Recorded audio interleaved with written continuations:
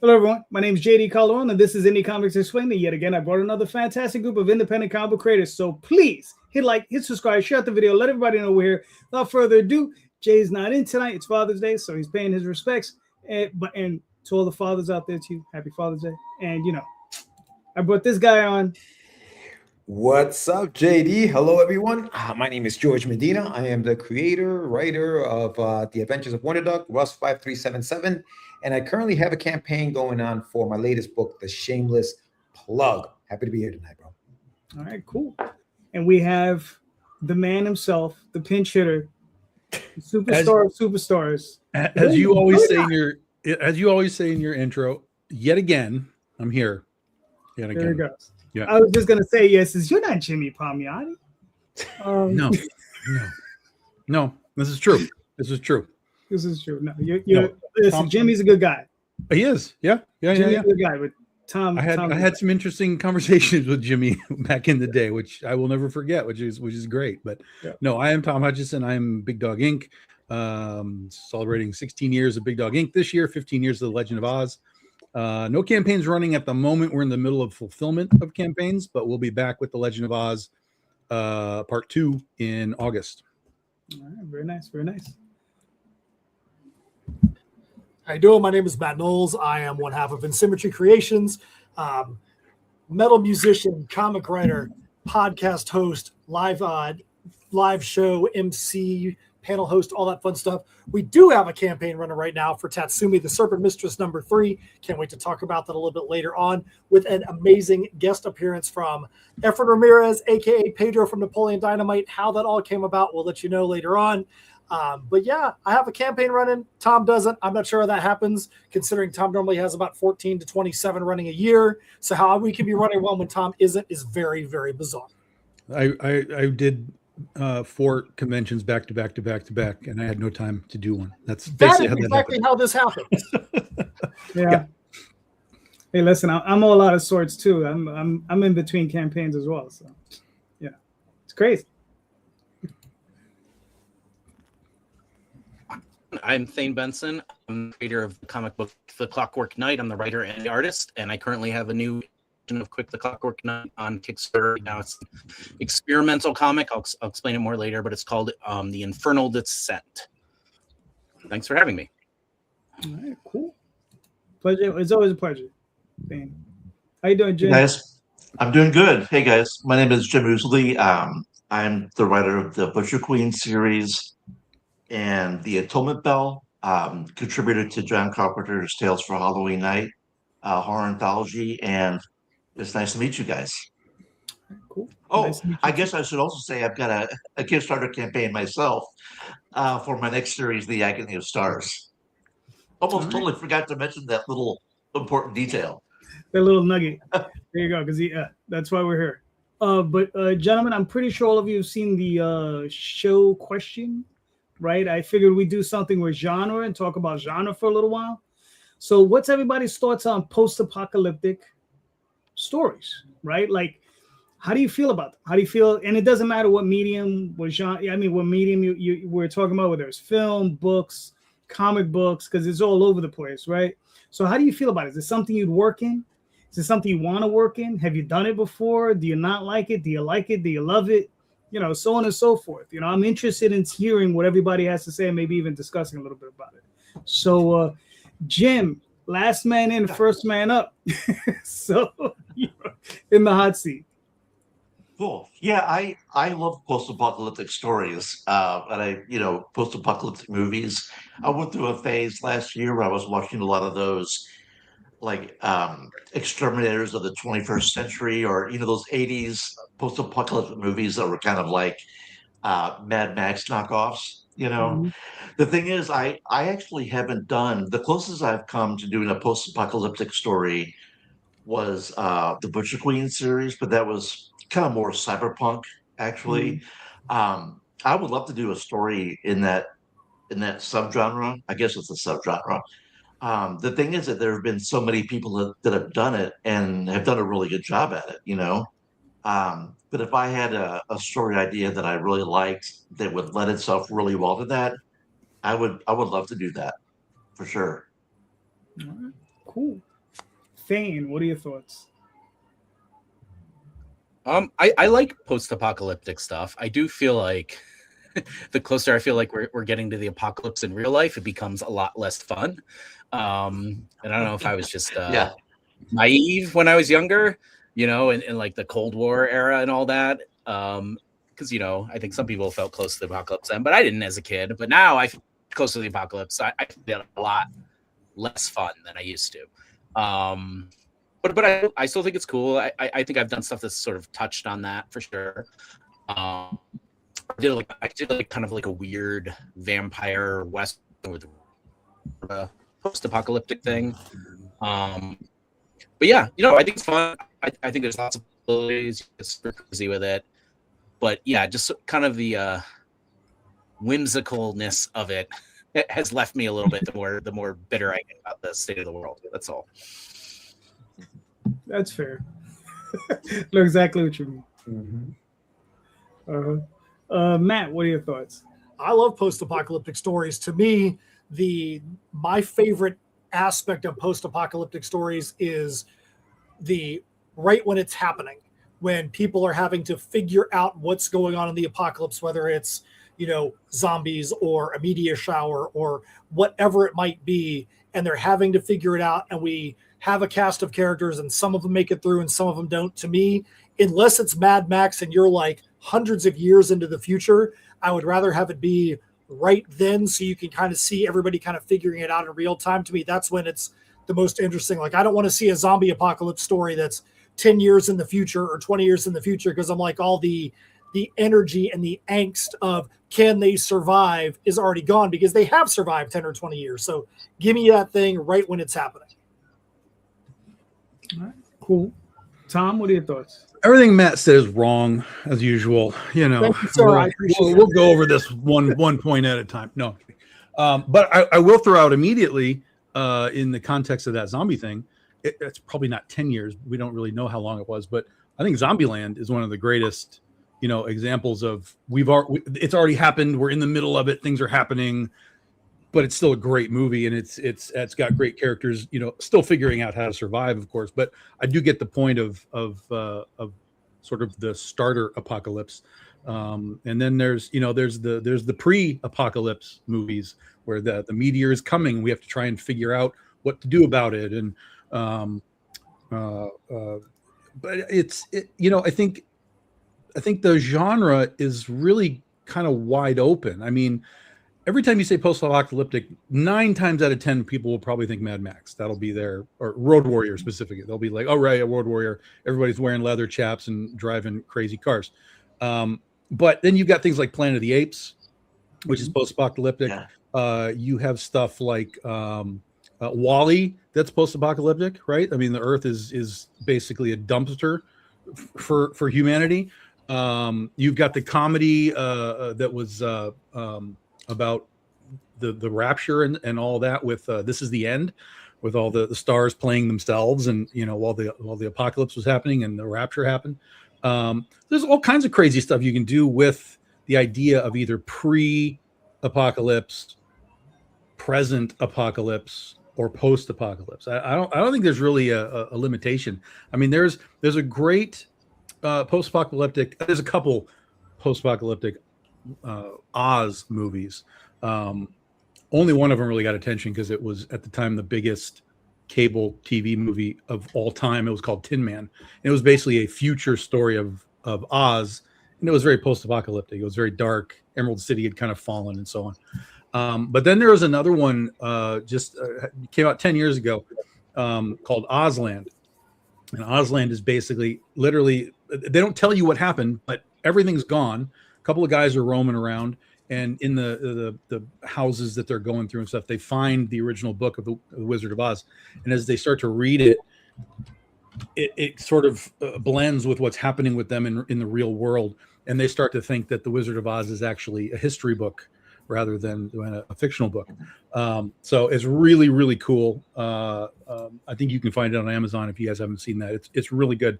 So yeah, I think the genre is wide open. I think there's too much copycatting. There's too much let's just make a Mad Max movie again. But sometimes it works. Like there's Death Race, right? Like you got cars, but in a different context, where we have a world where we're like on purpose, trying to run people over.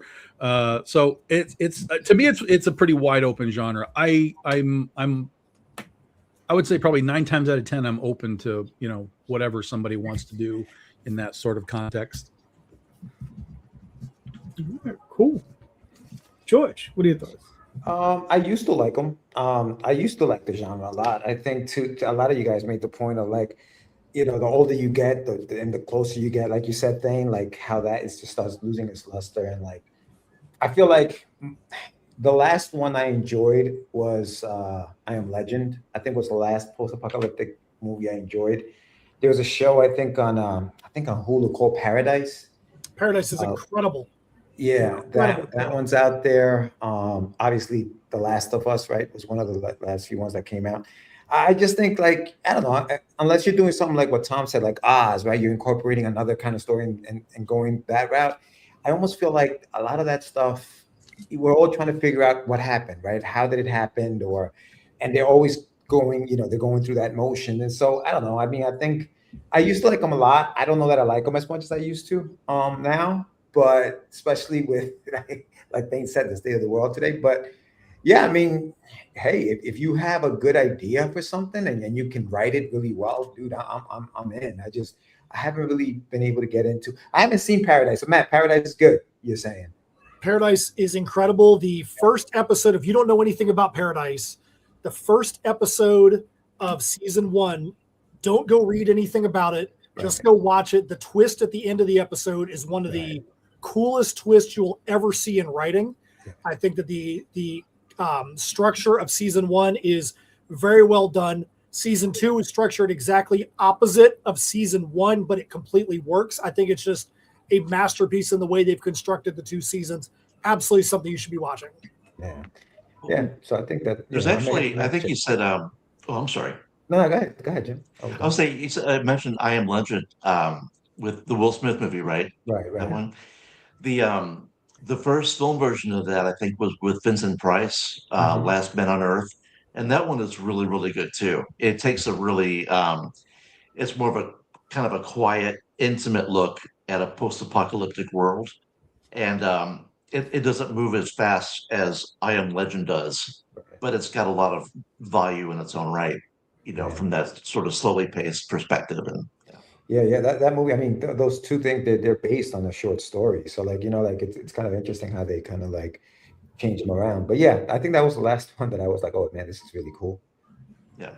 Gen X kids grew up being told we were going to be vaporized by nuclear bombs like at any moment. So Gen X kids are like, apocalypse, we've done this for 50 years. There ain't no apocalypse. It ain't happening. Don't worry about it. DNA is not something you're really afraid of, Yeah. I think the last one I watched was Fallout on Amazon.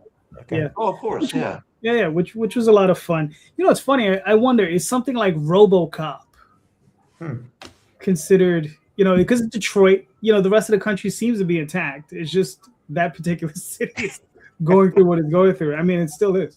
That was just a documentary. That was a Detroit documentary. Right. Yeah. That was. Literally, there's a RoboCop statue in Detroit right now. So Nice.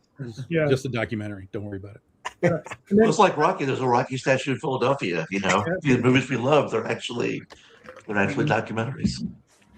And then what is it? Pluribus, which is a weird one because it is an apocalypse, but it's not like. I mean, there is death, but it's a weird one if you haven't seen it. It's where everyone become spoilers. So if you're gonna watch it, here it comes. An alien virus infects everyone on the planet, and everyone becomes a hive mind, right? But there's 9 people who are not affected by it, right? So then what happens is the hive mind, they're very peaceful, they're very genial, right? They won't eat anything that's alive. They'll only eat stuff that's like fallen off. Like they won't even pick an apple off a tree. They have to wait till it falls off, right? But they'll do anything to appease these 9 people, right? And one of them, the lead actress, she's losing her mind. She was a writer, and she is just like, she's all about her individualism, and she just wants to be who she is, and she just wants to reverse this effect on humanity, you know, because she wants her life back, right? And everybody, and the thing is, like, everybody knows everything, right? So you turn to a 5-year-old kid, and he knows, if you need brain surgery, he can operate on your brain, no problem, you know, because he knows what everybody else knows, right? So there's this peace, but it's like humanity's dead, you know, because there's no individual thought. There's just a hive mind thought, you know, which I thought was one of the more interesting versions of that trope that I've ever seen, you know. Pluribus. And then I read a book recently called Blood Meridian by Cormac McCarthy, which was perhaps one of the most bleak takes on humanity I've ever read. Really good book, right? Funky, you know, but it is bleak. It's a cowboy story. It's just like I would imagine this is where spaghetti westerns came from, because that's the only place I've ever even seen a little bit of that type of feel, you know, because it's just so bleak. I'm just like, I guess Project Hail Mary would fall under that too, I guess, right? yeah. Well, again, it would be like a pre-apocalypse. They're Right. trying to prevent something. Prevent it. Mhm. Yeah, they're trying to prevent. Yeah. Yeah. But while So he's you out in guys- space, it's already happened at that point. You know what I mean? Have you guys seen the 2 different cuts of I Am Legend? I think that the second version of I Am Legend actually is pretty interesting, because they add like 2 scenes in, and you switch the ending, The ending, and it goes from being what it is to where, like, the creatures in I Am Legend seem like they're zombies and they are, you know, a lesser being. And the 2 scenes that you add in switches the entire movie to be like, maybe these are of a higher intelligence. Right. And it's really cool how just these 2 couple scenes reframes the entire movie. That's interesting. It's amazing. Yeah. Yeah, because They're making a sequel to that, aren't they? I think. Huh? I don't know. Mhm. I heard they're making a sequel, but Will Smith, they're using the ending where Will Smith survived, I guess. Mhm. And yeah, it's pretty interesting. Yeah, because I mean, I read the short story. In the short story, the Will Smith character is like the boogeyman to them.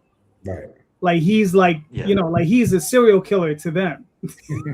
You know, because Yeah. they're trying to, you know, they've developed their own society, and he's that strange aberration that's just like, what the hell is that? Like, you know, where's that coming from? So yeah, it's interesting. It's very interesting. No, I just asked the question. I just thought it'd be interesting for all of us just to discuss post-apocalyptic and just genres in general, because something I want to try new. Maybe in a future podcast I'll do a fantasy and science fiction, all that stuff. So. Well, and none of us have mentioned the greatest post-apocalyptic movie of all time. Laser Blast? Well, there is that, but Idiocracy. Oh yeah, It's that is true. talk about documentaries. Like, Yeah, I thought that's what we're living through. Yeah. Yeah. That's a tough watch right now, man. It is. For me.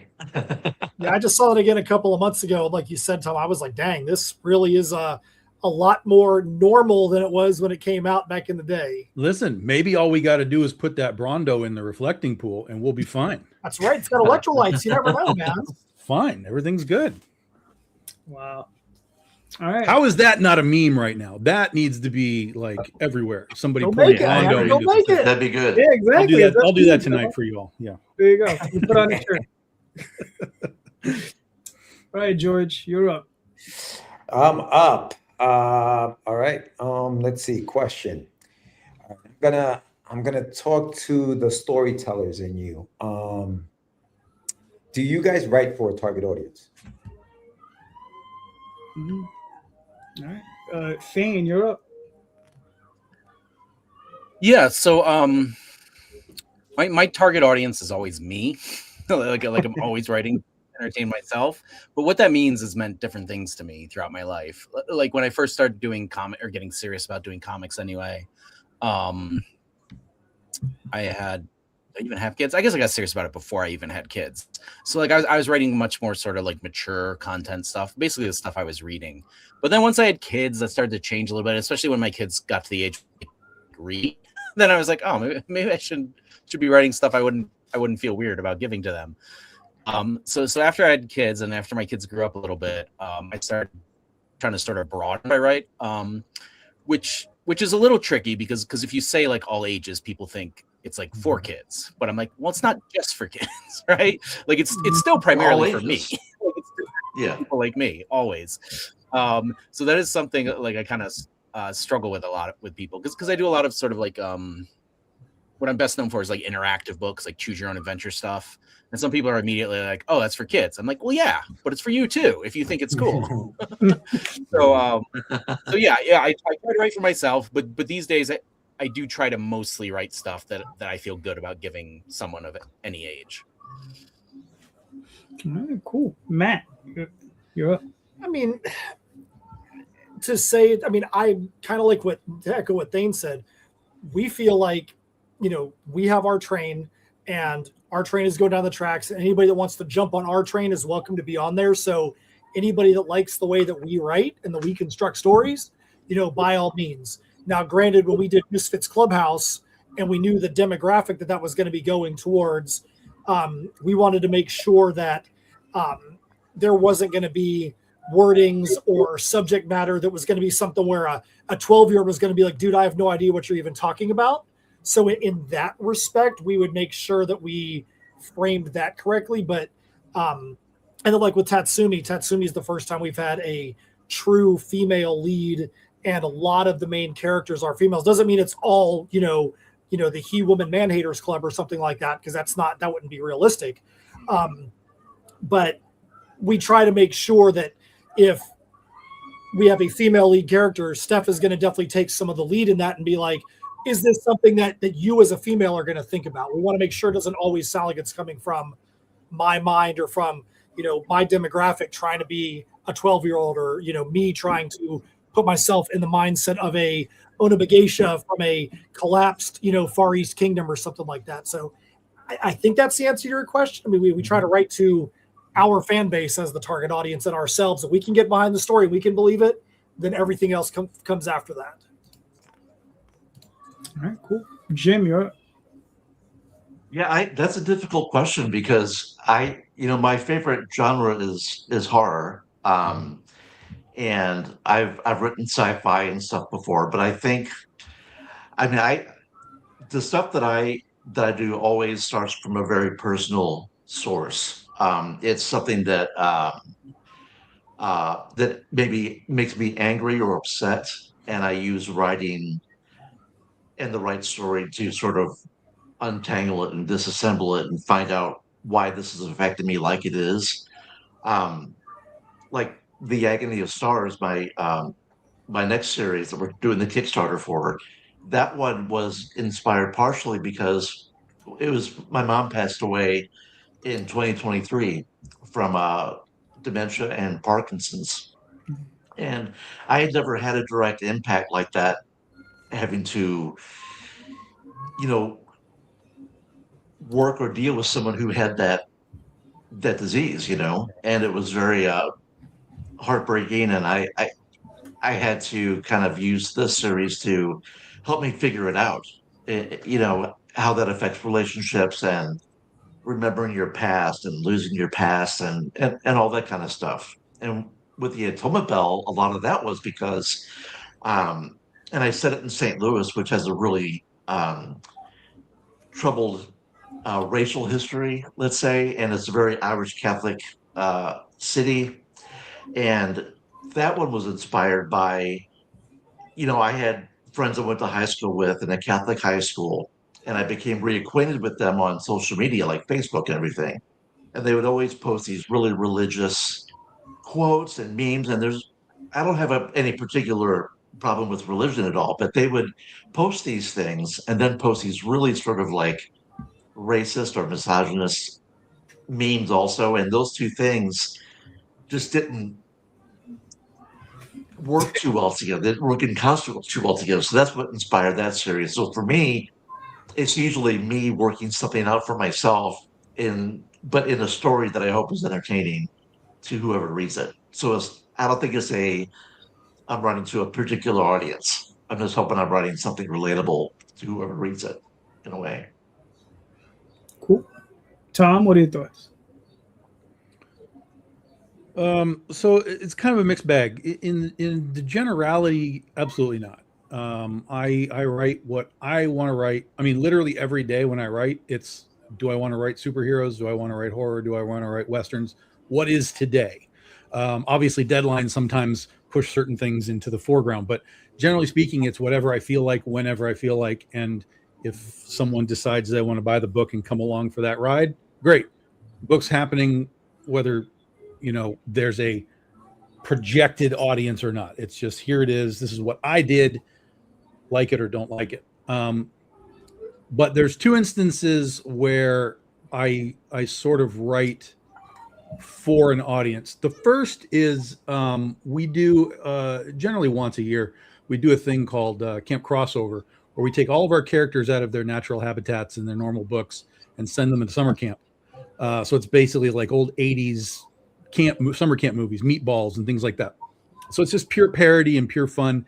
And it's just loaded with Big Dog Inc. Easter eggs, character things, very meta, that people reading BDI books will catch those things. And people that don't read those books are going to be like, I don't get what happened there. And again, I don't care, because in that situation, it really was made for somebody. This is sort of a treat for the Big Dog Inc. fans, a little annual fun. Let's have a little fun. Let's poke fun at this. Let's poke fun at that. But we do try and like tie it into something specific. One of the other parts of Camp Crossover is every day on the calendar is like a weird day, right? Like there's always like Batman Day and whatever, but there's like really weird days on the calendar. And so we've used a lot of those weird days. Some of them have become regular occurrences for us, like Goth Day just happened in May. So we've done like Video Games Day and like Skateboard Day and Drive-In Day, and we tie those into the Camp Crossover stuff so that people that don't necessarily get all the jokes, they still get a story that they can kind of relate to, because there's a purpose for the story happening. It's not just totally random. And then the other situation is with Legend of Oz, my book that we're working on right now, my Western Dorothy. In the early days, I was kind of running by the seat of my pants. I was just kind of like, let's go. This is fun. And then it wasn't long before I kind of got invited into the community. I go to an Oz show called Ostravaganza every year. And the longer that I was there and talking with these people, some of them are very traditional. They just want the books. They just want the movie. That's all they want. Other people are open to, adaptions of Oz in whatever capacity. As I started to kind of talk with these people and kind of get to know them more and more, it sort of in a way started to adjust how I did things with the book.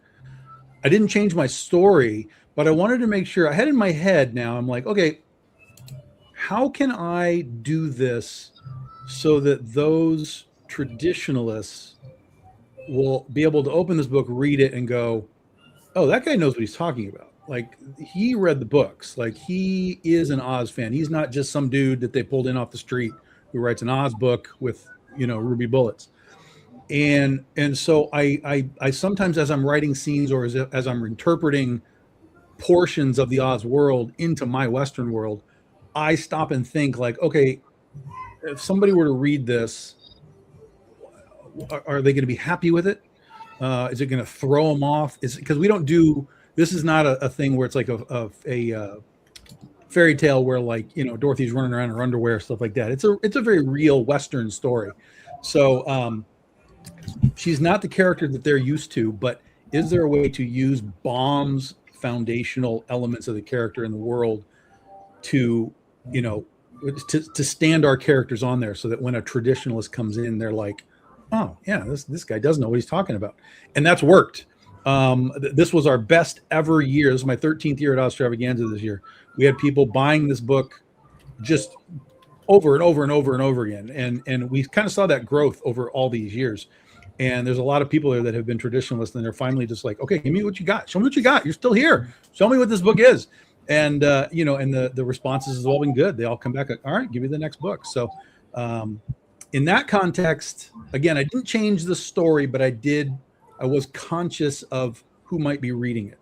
And I think that did me a good service. I don't think though with that, I mean, I feel like with that, that's not so much as writing to a target audience. It's as making sure that you're being intelligent in your writing, because if you know that people that are purists or people that have a lot of knowledge of that subject matter are going to be taking it in, I would say you want to make sure that you're not writing stuff that is pure crap to them. Like, well, clearly Dorothy's not going to be jumping off the top rope and giving the, the scarecrow an elbow drop, like that's not Oz. So I think that just shows some intelligence in knowing the people that are reading it, so that they feel like you actually are valuing their time. So I actually commend you in that. Yeah, but he might be missing that market of those people who want Dorothy to jump off that top rope. I feel like we just read a crossover right there, like right as we're talking. So get your peanut butter out of my chocolate, buddy. There you go. I don't know, for myself, I mean, I'm pretty much like Thane. I write for myself, right? But it's something I want to share with everyone. But there is one other thing, though. I have written stories for other people, right? So I've when I was doing commercial work, that was always for somebody else. So it was like I would get whatever materials they would give me to do my research, right? Write my proposals and make sure that it falls in line with what the original intent of that creation was, right? So like, I'm not going to go in there and just start smashing toys and just be like, okay, well now this guy was always a mild-mannered person. Now we're going to make him like some edgelord, and he's going to dress in black and whatever, where that's not the character, right? So I want to keep that integrity of those characters. So yeah, it just depends. And then there's also another type of exercise I sometimes do as a writer, where I pick a person I know, it doesn't matter who it is, right? But someone I know personally, right? And I try to write a story for them. I don't tell them, right? But I just write the tale, and I'll be like, yeah, and maybe I'll show it to them, or they'll run across it or whatever. And it's just to see if you can flex that muscle, because sometimes you need to change it up a little bit. Can't always be so selfish. It's just for me, right? Which is very easy to do. So, George, you're up. It's your question. Yeah, I mean, I think as creative people, we all write for ourselves, right? We all write what we would like to read, right? But I think that once the creative hat gets taken, at some point you have to take the creative hat off for a second, put on the business hat, and say, okay, there's a reason why video games are rated whatever. There's a reason why movies are rated PG-13, G, PG, because there is, and I know it's almost like a blasphemous word, target audience. What are you talking about, target audience? F a target audience. But I think that we do kind of have to keep that target audience in mind if we're trying to sell our stuff. If we're writing for ourselves, who cares? I don't give a shit about target audience. I'm writing for me. I don't give a crap. But the minute I want to market this, the minute I want to sell this, then I got to start thinking, much to your point, Tom, okay, who is that audience?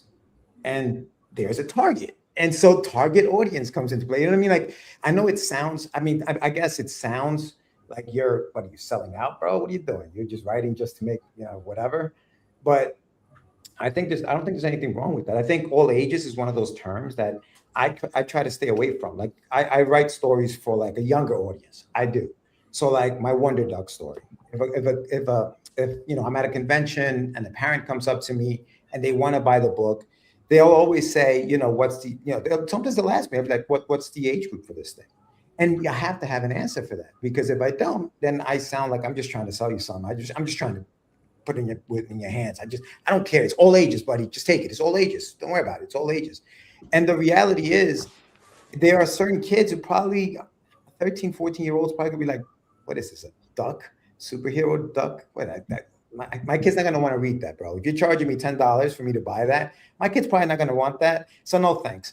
But if I tell them, listen, this is for like 10 years old and over, if your kid is, some kids may like it or whatever, then the parent feels a little more comfortable. Okay, that's the audience. Cool. I'll take it. My kid is only 9 or 8. I can read it to them. I'll take it anyway. it doesn't matter. But if I had that age group attached to it, it makes it a little, to them, it adds a little validity to it. And they're like, oh, okay, all right, this guy kind of has, let me check this out. So, but that feels more like just your pitch. Yeah, no, it is. Rather than writing for an audience, you're just determining in your pitch, correct, this is for whatever. Right. What's the audience this is for? Correct. I kind of think that like those things aren't mutually exclusive, though, right? Like both things can be true at the same time. I think stories start at a very personal, in a very personal way. But if you work for a publisher, or it's going to be something that is going to be in the marketplace, and you want it to sell, then it has to be entertaining. It's got to be an enjoyable thing for them. So I think both those things are true. It starts out being very personal. You're doing it for yourself, but it's in the context of a story that has to be entertaining and that people want to buy. I think that's kind of a given, with the kind of stuff that we all do. Mm-hmm. Mm-hmm. All right, cool. So George, that's it. That's all I got. That's all you got? Damn. All right. Well, for now, we'll go to this one, Infernal Descent. Thane, do you want me to play this video? Thane? Hello? I'll take that. All right, I'm gonna play the video. Yeah.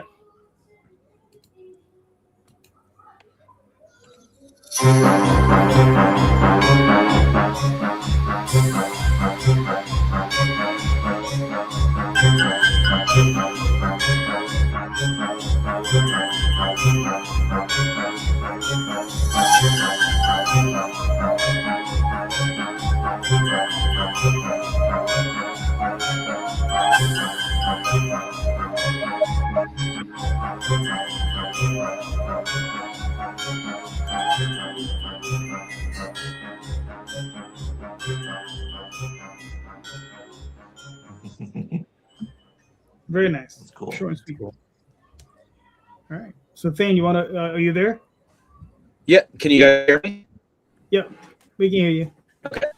Yeah, my computer's being a little funky, so I apologize if there's connection issues. But yeah, so you can probably tell by the video, the story is essentially, so it's my little the Clockwork Knight character is at the top of the clock there with the clocksmith, and they're like watering the plants, and he goes down to fetch a new pail of water, and he trips, and he falls and falls and falls and falls, and he breaks his neck and dies. And he thinks he's going to go to heaven because he's like, oh, I'm a good person. I'm going to fly off. I have my angel wings. But then these tentacles grab him, basically drag him down to hell. So it's one long story, but it's one continuous vertical descent, right? So what people are actually buying are kind of these prints. If you go back up, you see the print there. The one side's color, one side's black and white, right? But each print is basically like a page, right? But the idea is that you line them up, and it's just one story that just kind of keeps going down, down, down, down, down. But it is a story. It isn't just like abstract. There's a story like with an ending. But this isn't the ending. This is like chapter 1 of the story, I should say. The Kickstarter is for 8 prints that size that'll all line up and be roughly like 6 feet a story. But my plan is to kind of keep going with it.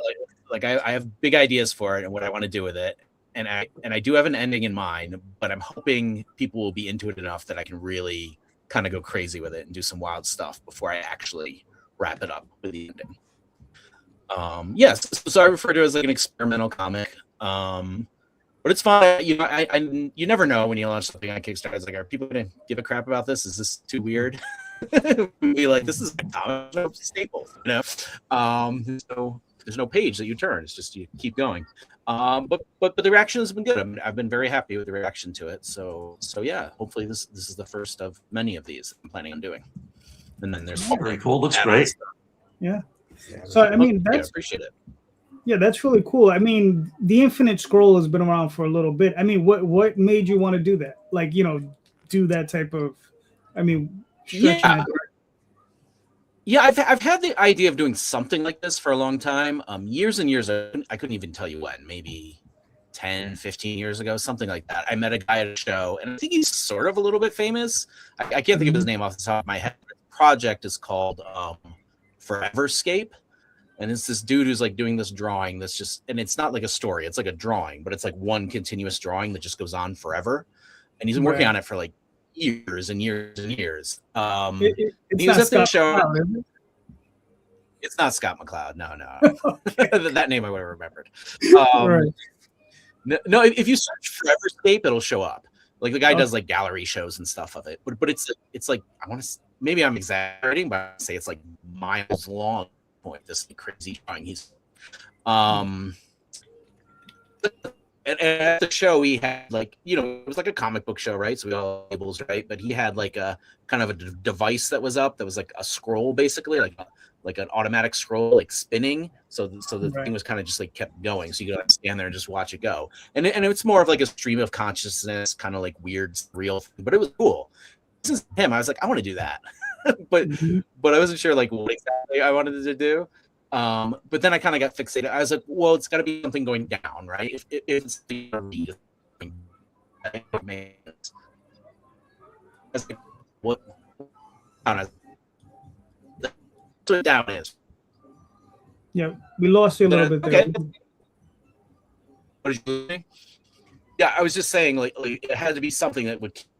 So I think I'm bouncing in and out. Sorry. But if you can hear me, the idea is that it has to keep going down. It was go to hell because hell keeps going down.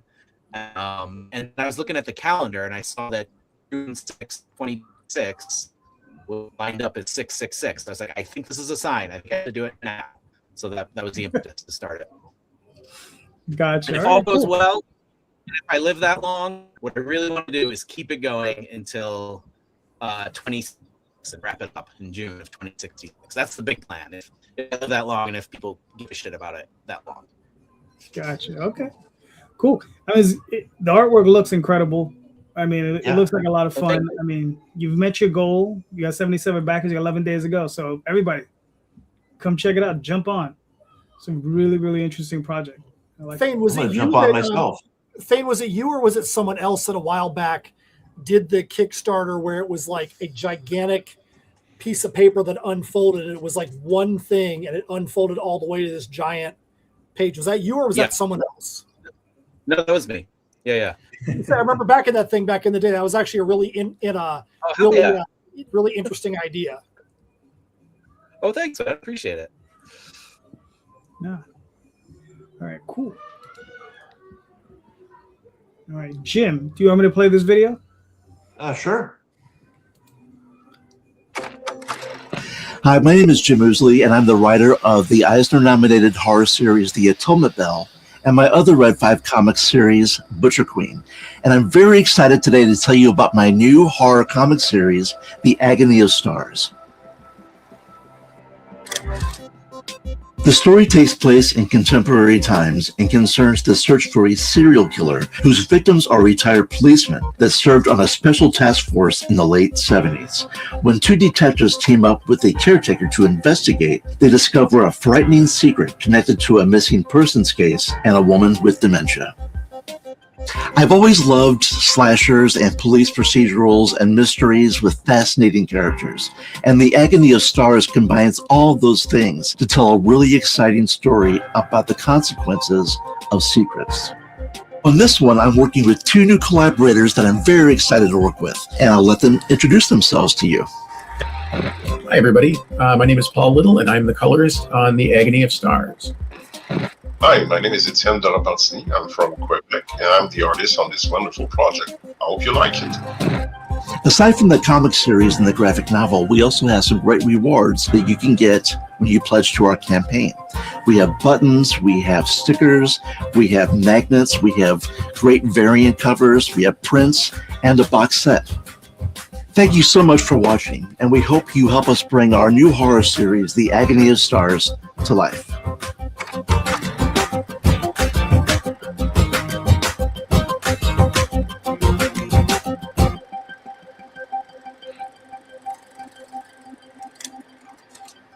Again.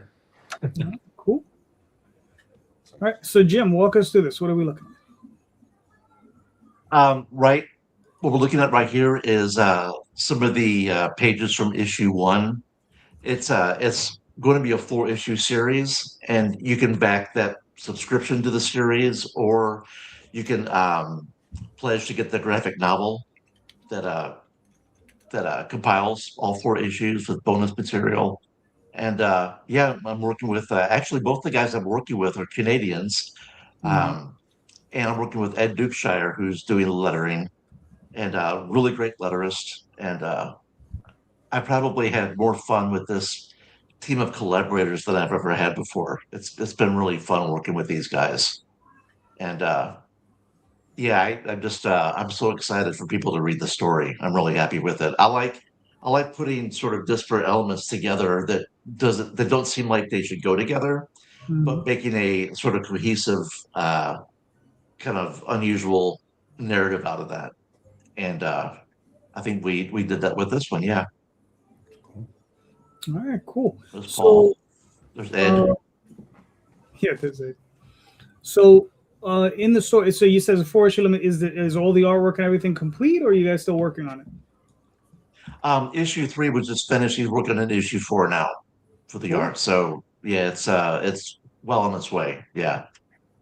All right, very nice. Exciting to see it all come together. And there's some of the prints that are done by various artists that I really like.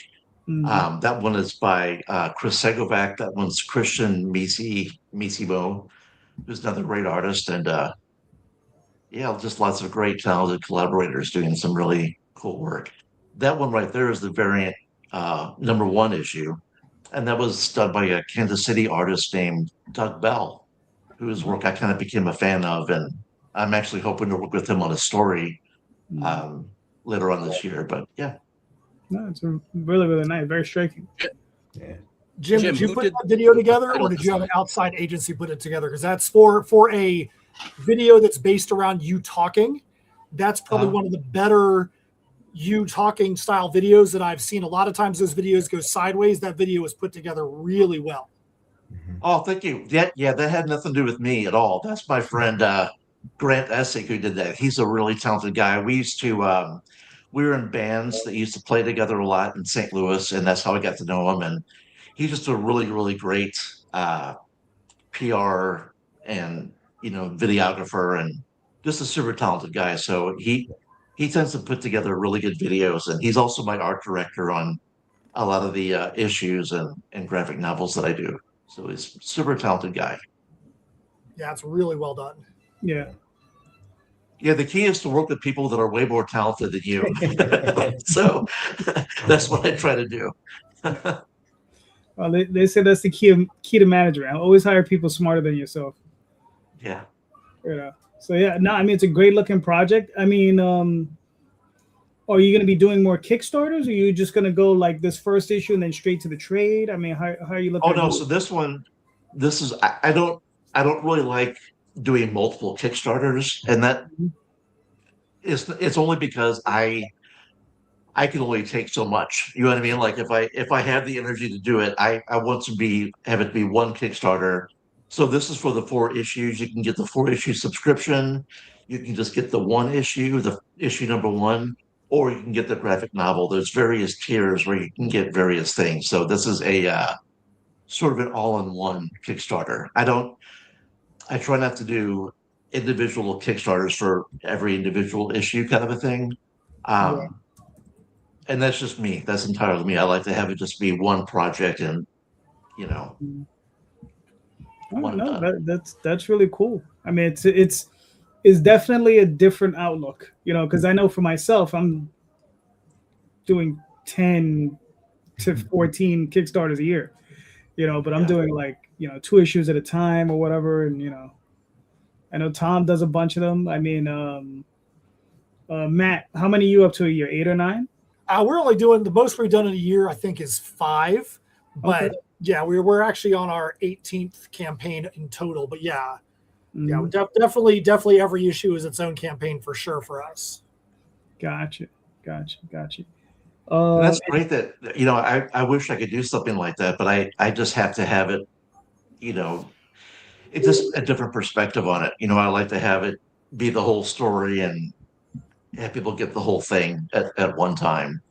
And plus the collaborators I have, it's difficult to kind of keep them on for a long period of time. So I like to have the work done, so that people can just get the story, as intended in one thing. All right, cool. Very nice. Everybody, man. I mean, great looking book. Go check it out. I mean, you got 10 days ago. You're at 8,800. You still got a little bit of work to do, but I don't think you're going to have a problem getting there. Very nice. It's a good looking project. Hopefully not. Thank you. Thanks, guys. Yeah, thank you. Here we go. All right, Thane had to go as his computer was just acting up on. What's up, Fred? Everyone's good. Fred's a good dude. He just finished the campaign. He's funny. I hate to say this, like I want to read his book, but I'm a notorious trade waiter, so I'm not wait. I don't care. I'll back it when the trade comes out. Yeah, it's one of those things. I'm just like, yeah, just want a nice thick book, All right. Matt, do you want me to play this video? Absolutely. All right, cool.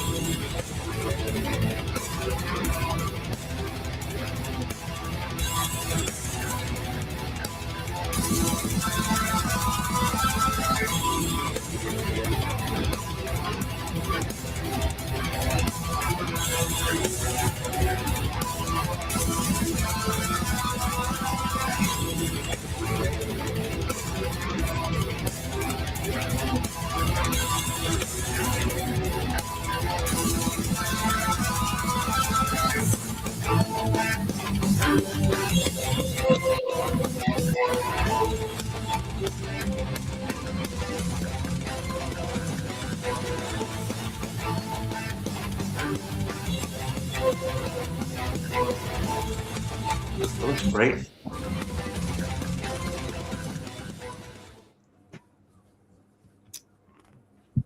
Cool. Yeah, man. Awesome artwork. Yeah. Thank you. Yeah, so this is Tatsumi the Serpent Mistress 1 through 3. We've had a lot of fun with this campaign. Really enjoy the story that is being developed that we're unveiling to everybody. As you can see from the video, Tatsumi, we're talking about post-apocalyptic. Her kingdom was wiped out by the Dark Conquestors and Soul Rippers. She's never seen anything outside the boundaries of her kingdom, and she has to go venture out into the Serpent Sea to see if she can find anyone that will help her to go back to try to eliminate the Dark Conquestors and the Soul Rippers. And she gets picked up by a band of rogue pirates. So we've had a lot of fun taking her and putting her in this, fish out of water scenario where she came from a very proper society. Now she's out there on the high seas with these pirates and learning their culture. And it's just been a really fun series to develop. We've got a lot of fun things. We do a lot of wild merchandise. We've got socks and shirts. The metal music that was in the campaign video is all stuff that I write. So it's sometime soon there'll be a third metal album that comes out. We've got crazy things like wearable leather work. Like we've got the Cthulhu-looking Widowmaker masks that we have some fully wearable leather masks of those that our leather workers do for us. We actually have a pretty wild guest appearance in this issue as well. Efren Ramirez, who played Pedro in Napoleon Dynamite.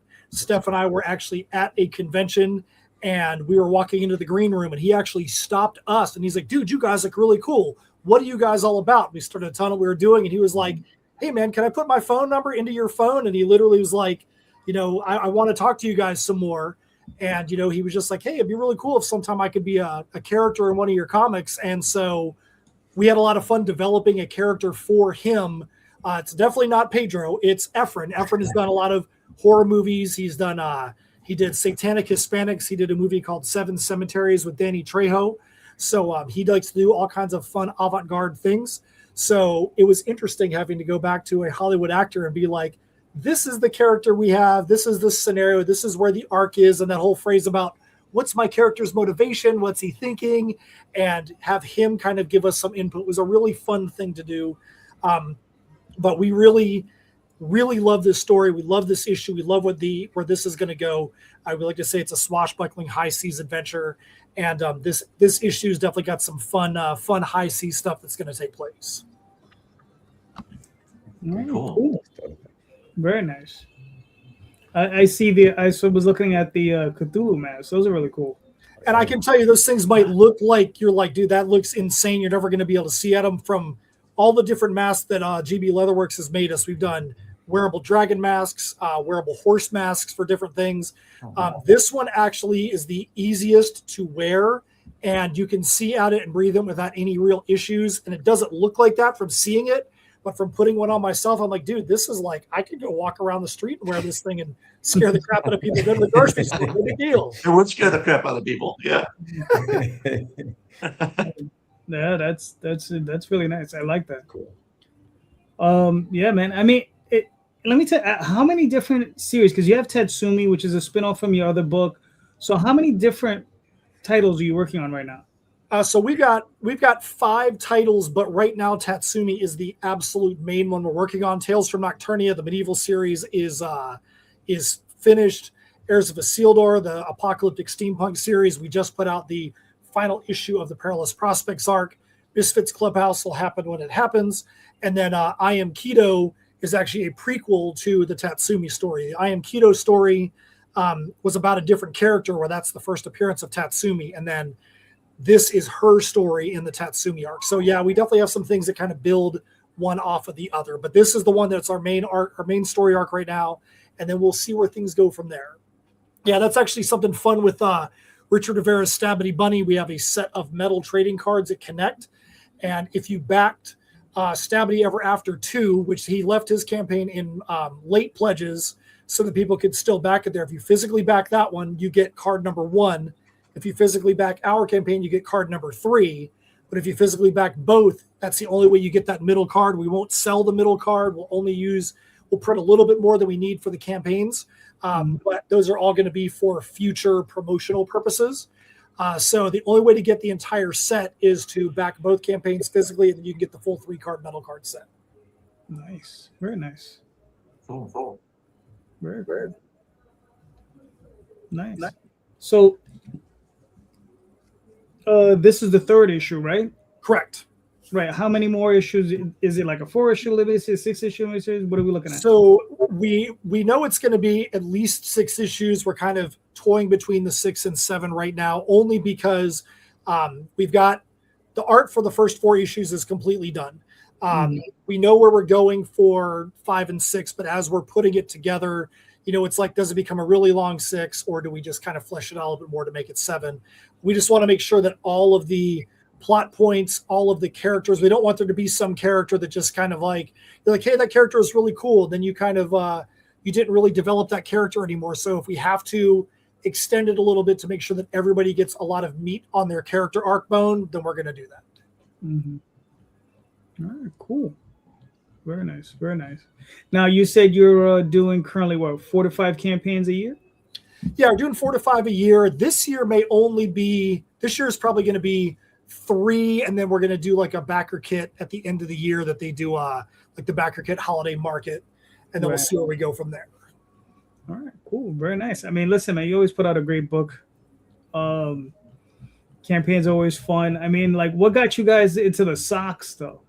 It always cracks me up whatever I see, though. So we wanted to do some fun, different things and just kind of see how it went. And like, we did socks for one of the campaigns, and they were really well received. We did them for the next campaign. It was really well received. And then we're like, do we really want to do socks on this next one, or is it going to become kind of a typecast thing?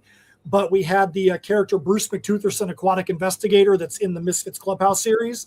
And we had so much art for him that was really good. We're like, dude, we can't not do a Bruce McTutherson set. And then that one was so well received that people are like, dude, I can't wait to see what socks are going to be in your campaign this time. So we know if we didn't have socks in our campaign, people would be like, what's going on? So Right. Now, basically, every campaign has socks. I think we're in our 11th different pair of socks. So 11th different pair of socks, poker chips in every campaign as well. We have the trading card sets. This time we did something neat where we have some golden esque poker chips that you can only get by being either one of the top backers in the campaign, or we're going to have 5 that we're going to give away randomly. So that one is it's the golden token. So if you're one of those top backers, then you'll get one. You can't add it onto a campaign, onto a pledge. You can't do anything to assure yourself other than being a whale backer. So we're going to do that, and people seem to want that exclusive collectability. So we may continue doing that with future campaigns. All right, very nice. All right, cool. So you got 4 days left. You passed your goal. Great. Listen, great looking book, everybody. Like I said, again, jump on. Yeah. Thank you very much. Good. Thank you very much. Hey guys, I've got to jump off. All right. I've got Jim, my kids here for Father's Day. Just So, let everybody know. and I'm a dad. Yeah, Jim, real quick. Just let everybody know where they can find you and your work. Yeah, you can find me at Jim Ousley on Twitter and Facebook, at radio_Jimbo on Threads and Instagram, and Blue Sky. I think if you just search my name, I think I'm the only Jim Ousley on there. I'm not sure, but I think you can find me on there, and you can find my books at red5comics.com or Storm King Comics. And yeah, very nice meeting you guys. Yeah, You too, bro. I'd like to meet you again, actually, and thank you very much for having me on the show, JD. I appreciate it. Anytime. Listen, whenever you want to come on, just reach out, and we'll find a spot for you. Sounds All good. right. Thank you, guys. Thank you, man. Happy Father's Day. Take care.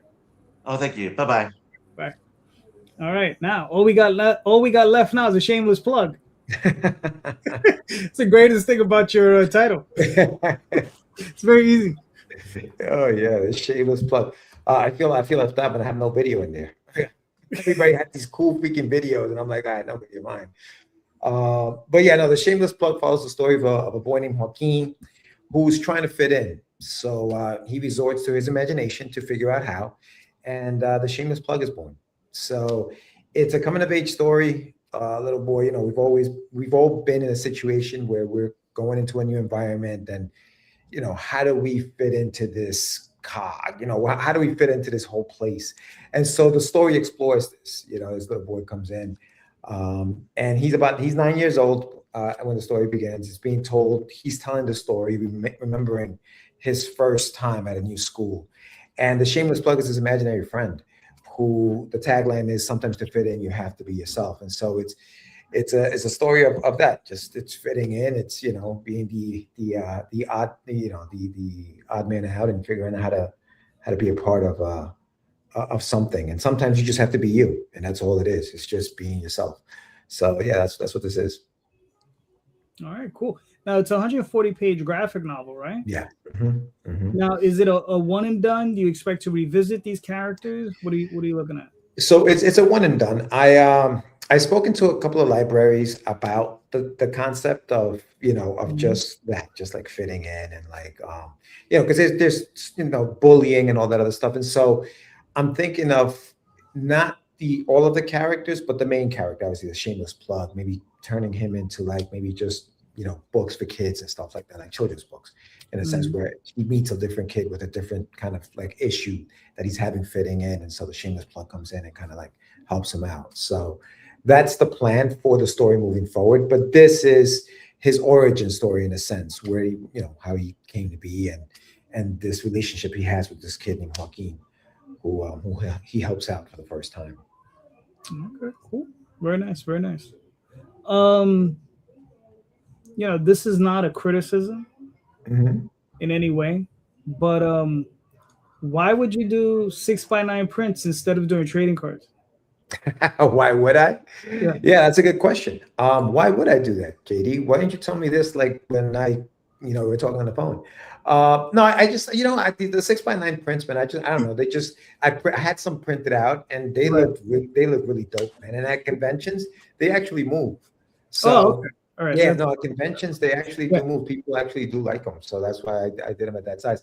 I have trading cards. I've done trading cards in the past, and I don't know how it is. I'm obviously you guys kill it on Kickstarter. So, but for me, like at shows, the 6x9s do better than the trading cards for me at shows. I Gotcha. guess maybe it's different on Kickstarter. but I'm just being selfish. I just collect trading cards. So Oh, you like trading cards? I got you. just being selfish. That's all. That's all. You know, you're doing a shameless plug. I was just being shamelessly selfish. You know, so Yeah. But And you know what Jim was talking about, and you know how you guys do multiple Kickstarters. I'm kind of like what he's doing, where like I did the first chapter of the book just to see how it would do, and Right. then I was like, you know what, the whole 140-page thing is done. Let me just do the Kickstarter for the full thing. So that's what I did. I ended up doing the Kickstarter for the entire thing. All right, cool, man. I mean, listen, it's a great looking book. You Thanks, know, bro. I would tell anybody, you know, if you got kids, you know, or even as an adult, just pick it up, check it out. You know, George puts together a great book. Very Thank nice. you. Appreciate You you. got 47 hours left. Yeah. It's Hell, over Tuesday the 23rd, this coming Tuesday. All right, I thought maybe you had a little bit more time. You know what it is? I'm thinking Marvin's campaign because he has like 43 more days. Oh, really? Marvin's campaign ends next year. Yeah. Jesus. Yeah. Wow. I mean, I'm doing one soon. It's gonna be 17 days. I'm like, all right, let's. Yeah. All of us are doing like 2 weeks now. Marvin's like, nah. Let's I'm a go the opposite of these guys. 17 days still feels long. I can't even imagine doing one where it's like, I can't even imagine the logic, honestly, behind doing one that's super long with late pledges now. You know, get it done, get it over with, get the money start to flow, because especially with pay over time, you know, you're not going to be getting all your money right out of the gate anymore. Right. So, well, that's assuming you use that. Oh yeah, we definitely do. We definitely do. And sometimes it's good. Sometimes it kind of bites you in the butt. But you've got people like, hey, I'm going to go back high and I'm going to go, do pay over time. And you look at your campaign and you're like, 50% of my money's tied up in pay over time. But at the same time, you know, with late pledges, pay over time and all that, get the campaign done, get moving and keep the thing flowing and all that so you can get on to the next thing. That's my thought. My campaign. So this is the first time I did under 30 days. I don't know. I think it might have been 21 or 22 days or whatever it was. And yeah, I mean, but the other thing I did was I used my website also. So people pre-ordered from my website. So I have the website and the Kickstarter going, just for people who didn't know what the hell Kickstarter was. And you know, it's worked out. It's worked out so far. Not so much on the Kickstarter end, but yeah, definitely just the pre-orders and stuff. So I really like your pitch line too, like your quick little pitch. Sometimes to fit in, you have to be yourself. I'm like, man, that says a lot in a very few words right there, man. Yeah, thanks, man. Appreciate that, bro. So it's an awesome book. Okay. So you're running a Kickstarter and you just have a plain out just pre-order it here. Yeah. But your Kickstarter isn't doing as successful as your pre-orders? So yeah. So what happened was the people who I sent out a blast because I did one Kickstarter for it. It was the first 40 pages. And a lot of those people went and pre-ordered from my website and was like, screw Kickstarter, I'm just gonna pre-order. And then when I was at a New York Comic Con last year, I found it out that people, you know, they were like, oh, I don't know what a Kickstarter is, whatever. He's like, do you have a website? And they pre-ordered a lot of stuff there. So I was lucky to get pre-orders at those shows. And it worked out. So yeah. You know, what's funny is that, you know, the show I did 2 or 3 weeks ago. Yeah. Right. For the Forest Hill show. I had people say, what's Kickstarter? Right. Yeah. That's not a surprise to me. But when people ask, I tell them, and they get, oh, that's cool. Let me get into it. I just find it interesting that you have this situation where people are just like, nah, let me just pre-order it. Yeah, me too. And that's happening in some capacity. Yeah. I won't get into like the deep weeds on that, but that's you were the first person I've ever heard do that in that context, so it kind of threw me off. Yeah, it honestly, bro, it threw me off too, because I was like, man, I don't know if people, you know, because like, who the hell am I, right? Like, well, I mean, there's just ease of use, right? I do understand the ease of use. Like, for example, if I just put the book up on my website and I said, go to the website, click buy, That's you're what done. it is, dude. That's Like there what is it an ease of use versus like, well, I got to Yes. make an account and I got to do and I got to do and I got to do. Like Exactly. that's there's a rationality there for sure. Mhm. Especially in sort of the context of like the Comic-Con, where they're just kind of wandering around, and if they can just like scan a QR code and just like blip, okay, done, Yeah, and they that's can it. walk away. And that's exactly what it you know, was. Yeah, that's yeah, exactly that's what it was. interesting. That's interesting. All right. I would suggest it, man. I would say if you have a website that you can do that with, just do that, man. Just offer them that right there at the con. Just buy it right now, because people know what pre-ordering is on what. Sure. Sure. People They understand the they term get that. versus Yeah. crowdfunding Versus or whatever. Yeah. crowdfunding. Wait, you mean I Do don't get you- this till when? It's like, Do you offer? Well, I don't know if you do stretch goals or anything anyway, but if you had stretch goals, do you give them to the pre-order people too, or do you leave that for your Kickstarter people? no, I leave that for the Kickstarter. Okay, yeah, that's good. And, Yeah. and people don't even care. When No, ordering it I online, completely agree with you. Right, Yeah, right. stretch goals They are the don't most even care. useless thing they to don't even 90% of care, the dude. buyers. They don't Yeah. even care, bro. So no, But if if you do pledge on Kickstarter, you kind of know about that stuff, so you Sure. want that. Yeah. This is psychology to that. There's which is- definitely people that do like it. They like getting the extra stuff. Right. But I get people that still to this day, I've been doing Kickstarters for almost 10 years, and I get people that get a package and they go, "Oh, I think I got the wrong package because there's like stickers and magnets and stuff in here." Right, And I'm right. like, "No, that's just for you. That's yeah, that's a thank you for being Yeah, part of the exactly. stuff." So yeah. yeah. Mhm. But It's to really them, interesting. it could have shown up with nothing and they would have been just as happy. Right. I'm glad to see you did put a Kickstarter out there for it, because one of the things about Kickstarter, and I'm sure Tom and JD can agree on this, is that there is a whole ecosystem where there's some people that are only going to buy products on Kickstarter. Okay.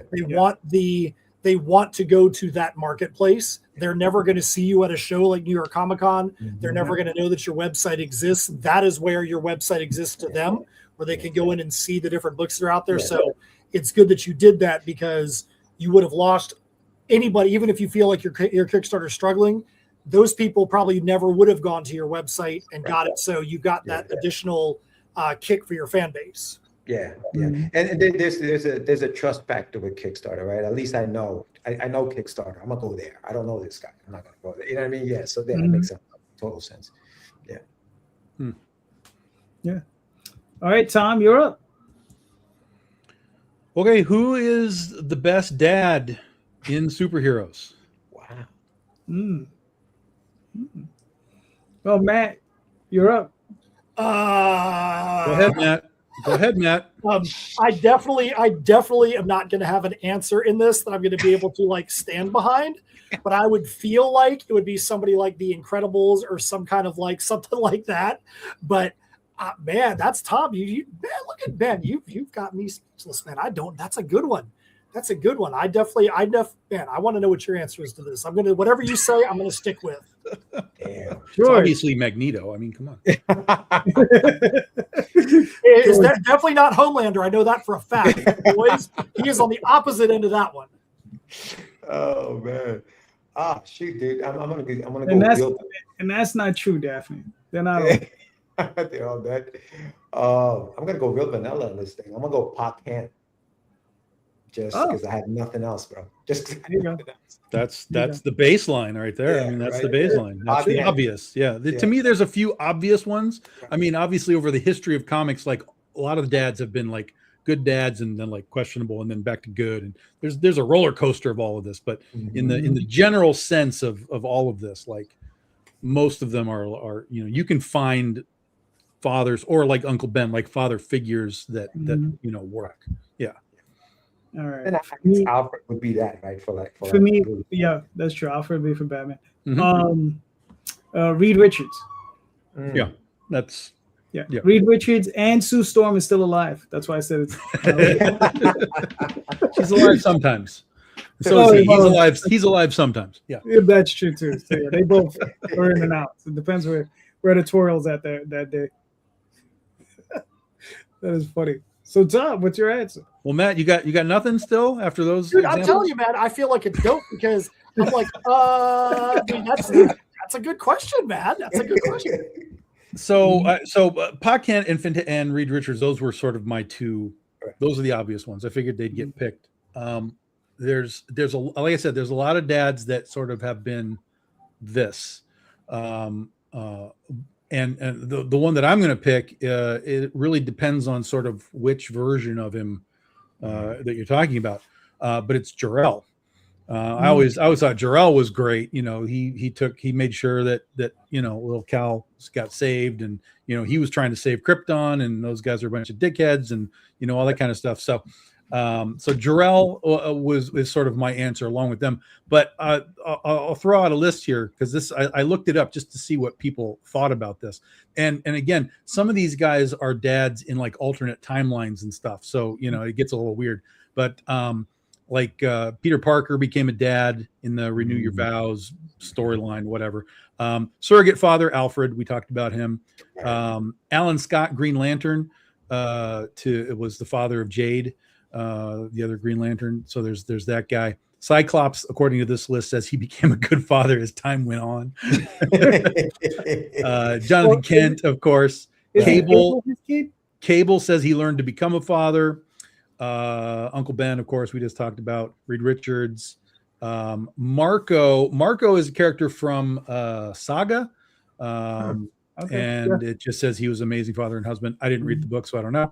And then the last one, it just says Superman was meant to be a father, and he's been a father in various incarnations and alterations and stuff. So, there was that. And then the other list was this has Alfred, Ben, Big B Wolf is here, Mr. Calderon. Yep, from Fables. 7 kids.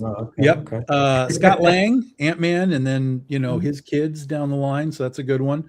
Jonathan Kent, Luke Cage is listed here. Luke Cage. Wow. I don't have a now. Of course, Bruce Wayne is a dad now. Right. I will say that the last Batman book that I read, I don't know what the last time I read a Batman book prior to this, but it was the Joshua Williams and Simone DeMau book called Batman and Robin. Came out a couple of years ago.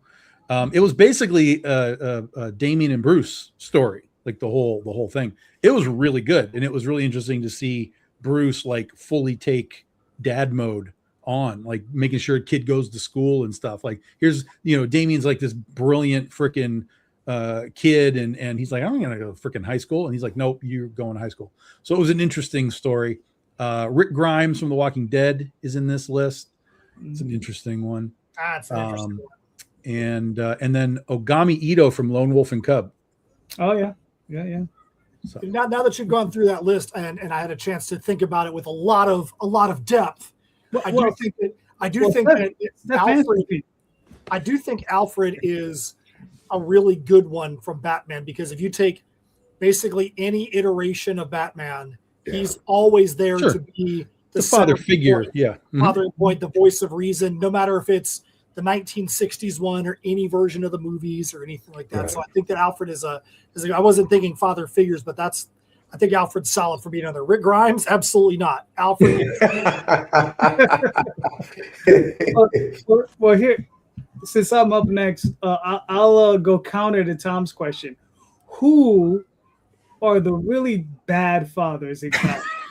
Already said the worst one ever, freaking Homelander. Oh my goodness. Yeah. Homelander from The Boys is trash. Yeah. That is true. I think they're worse though. I think there's worse than Homelander? Yeah. Oh my goodness. Yeah. It's pretty bad, dude. It's pretty bad. No, Homelander's pretty bad. That's true. But, Homelander sets the bar high. Yeah. The bar is pretty high. George, what do you got? Okay, so what's his name? Oh man, Invincible, his dad. Oh right. Why did I just blank on his name? What the hell? Omni-Man. Omni-Man. Yes, Omni-Man. I'm gonna go with Omni-Man. Where's that? Okay. All right, Omni-Man. That's good. Tom, what are your thoughts? I feel like the Green Goblin is sort of not a great dad. That's true. Yeah, kind of. That's kind of where I went pretty quickly. Omni-Man was a great one. Who's the guy? Oh my God, who's that fucking guy? Oh, Ra's al Ghul is kind of a schmuck. There's that guy too. So who's the dad? The not Kick-Ass, but who's the dad of Christopher Mintz-Plass's character in Kick-Ass. I feel like he is a mess. Oh, you mean the gangster guy? Yes. The gangster of, because he completely gets his son completely mixed up into the wrong things and sends him down a wrong path for sure. Yeah. Now I'm gonna have to go find that name. now, really bad dads in comics. Wolverine, I think, is a shitty father. He just drops them, doesn't even know they're there. They just pop up with claws trying to get them later. Right? Another one is the Hulk, especially if you read Old Man Logan. That version of the Hulk, terrible father. well, Banner's dad was a dickhead. Right. Right. Mm-hmm. Yeah. But yeah, those are the two I got. You guys have Darth Vader in there? Oh, that's true. I didn't even think about Darth Vader. That's true. Pretty bad dad.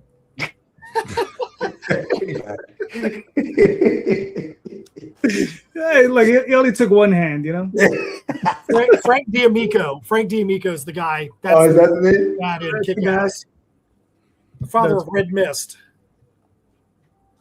That is funny. George, you got another question? Yeah, I got one.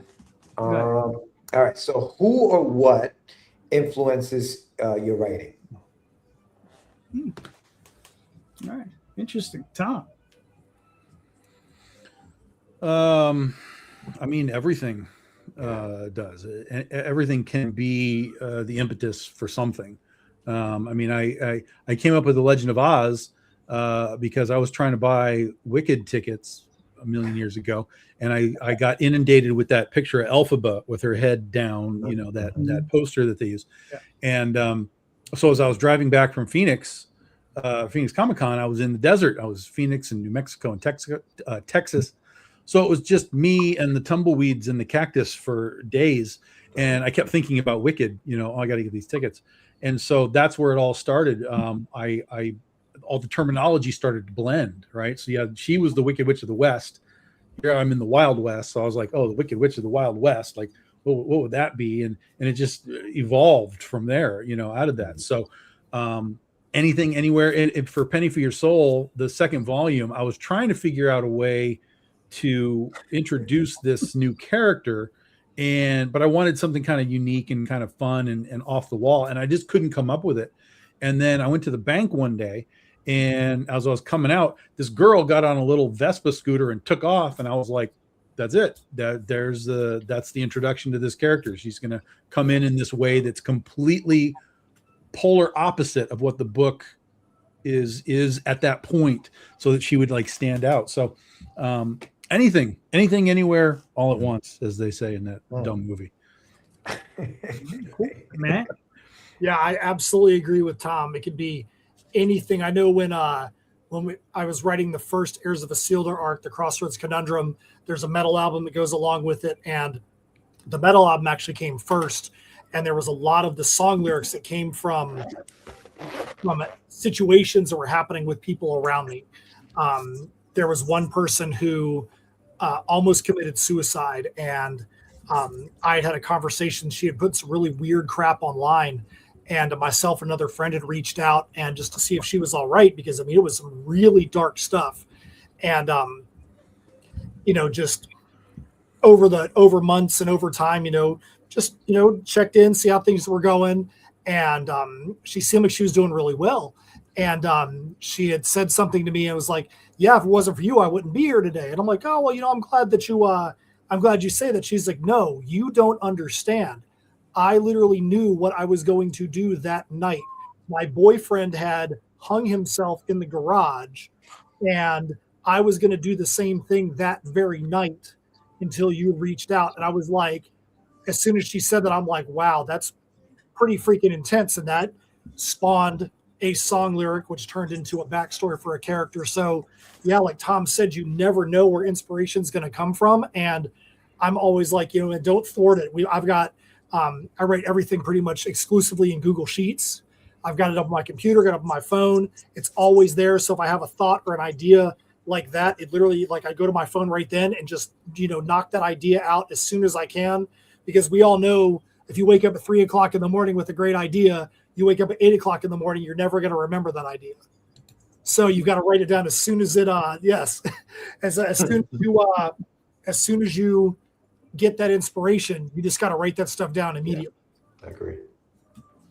So Steph said it just got dark. Let me undark it. When Steph and I first started working together, we created a spreadsheet, and just any idea either one of us had got thrown onto this spreadsheet where there was 26 different story ideas, just random stuff. Some were highly developed. Some were just, it'd be nice if we did this story, and that's all that it was. And a couple of them turned into stuff. Sometimes stuff just sat there.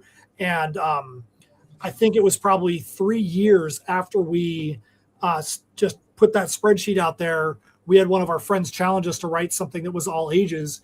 And Misfits Clubhouse actually started from an idea that we had put on that sheet 3 years prior.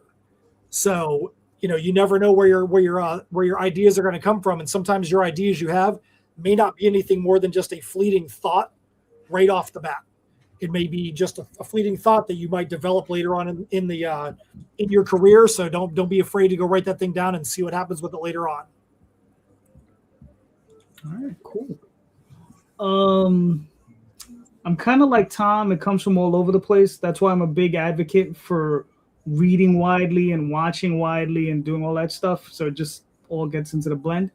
But sometimes I'll do something that'll require me to do a lot of research and will require me to maybe write in a certain style, right? So I have this one project with Oswald where it's Oswald. He's in Dream. He walks into a bar, and sitting at this table is Mary Shelley, H.P. Lovecraft, and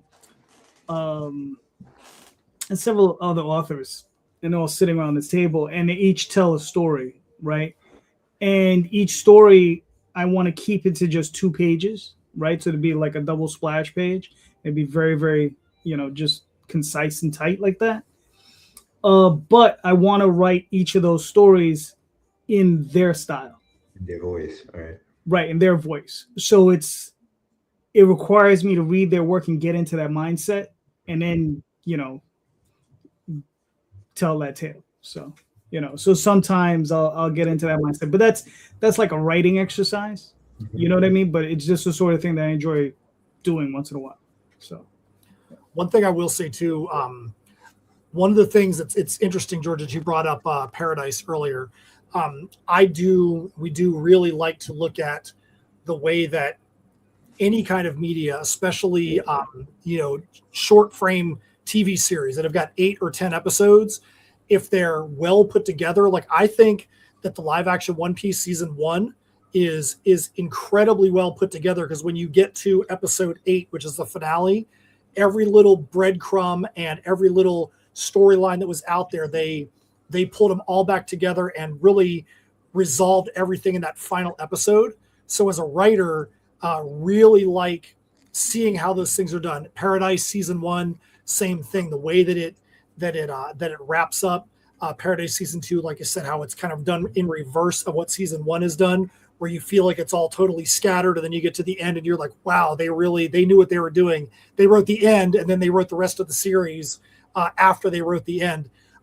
Definitely like looking at and deconstructing that and saying, how can we take the things that are written through in Sim and kind of mimic that to make sure that good writing, whether it's a movie, whether it's a TV show, whether it's a comic series, mimics that same thing, so that way our readers can get that same experience. We say we really value people's money, but we really value their time, because you can make more money, but you can't make more time. And we don't ever want somebody to read one of our series and be like, man, that was a waste of time. It didn't go anywhere. We want to know that it's got a climax and it's got a point.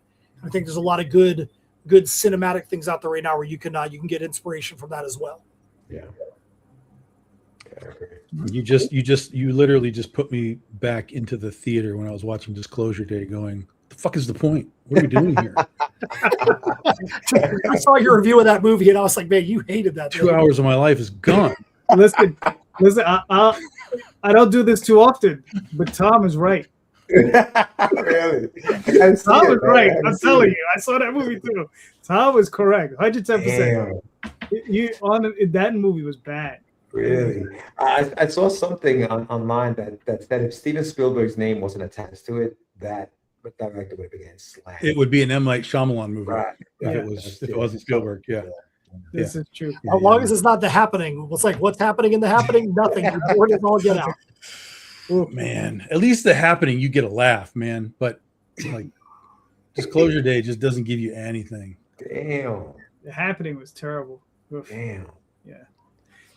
Yeah, but it's still funny as fuck when the guy just like lays down in front of the lawnmower and you're just like, yo, that's crazy. Like you don't even get any of that in Disclosure Day. Like there's nothing of value at any point that you can like point to and go, well, that was cool. No. That sucks. All right, cool. Tom, you got a question? Yeah, why does Disclosure Day suck?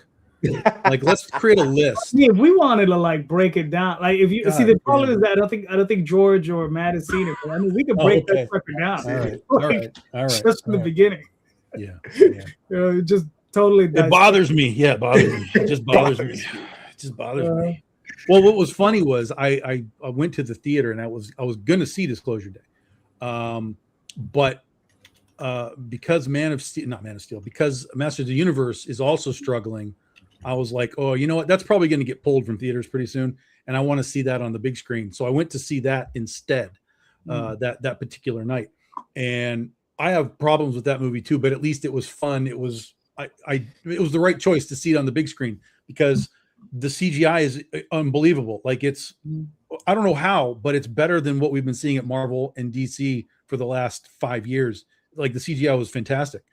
So it was the right choice to go and see that. But then like 2 days later, I was like, okay, Disclosure Day time. Oh my God, that was the wrong choice. At any point, it was the wrong choice.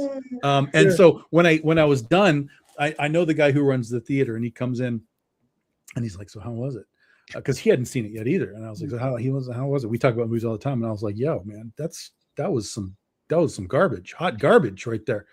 And he just started laughing because that was sort of the reaction that he gets all the time when people, are coming out of the movie. And he says that there's this old guy who comes to the theater all the time. And over the last week, he had been there for 3 straight days. He was there that day earlier in the show.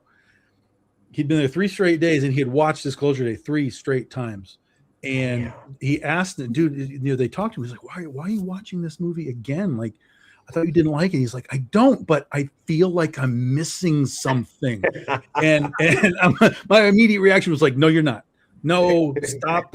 No, He's trying to find something. Yeah, he's trying to find it. And I give him credit for that. Like something's there. I'm not understanding it. So I have to understand it. So I give him credit, but it's wild. Well, how long is the I've got a question for Tom and JD who's seen this.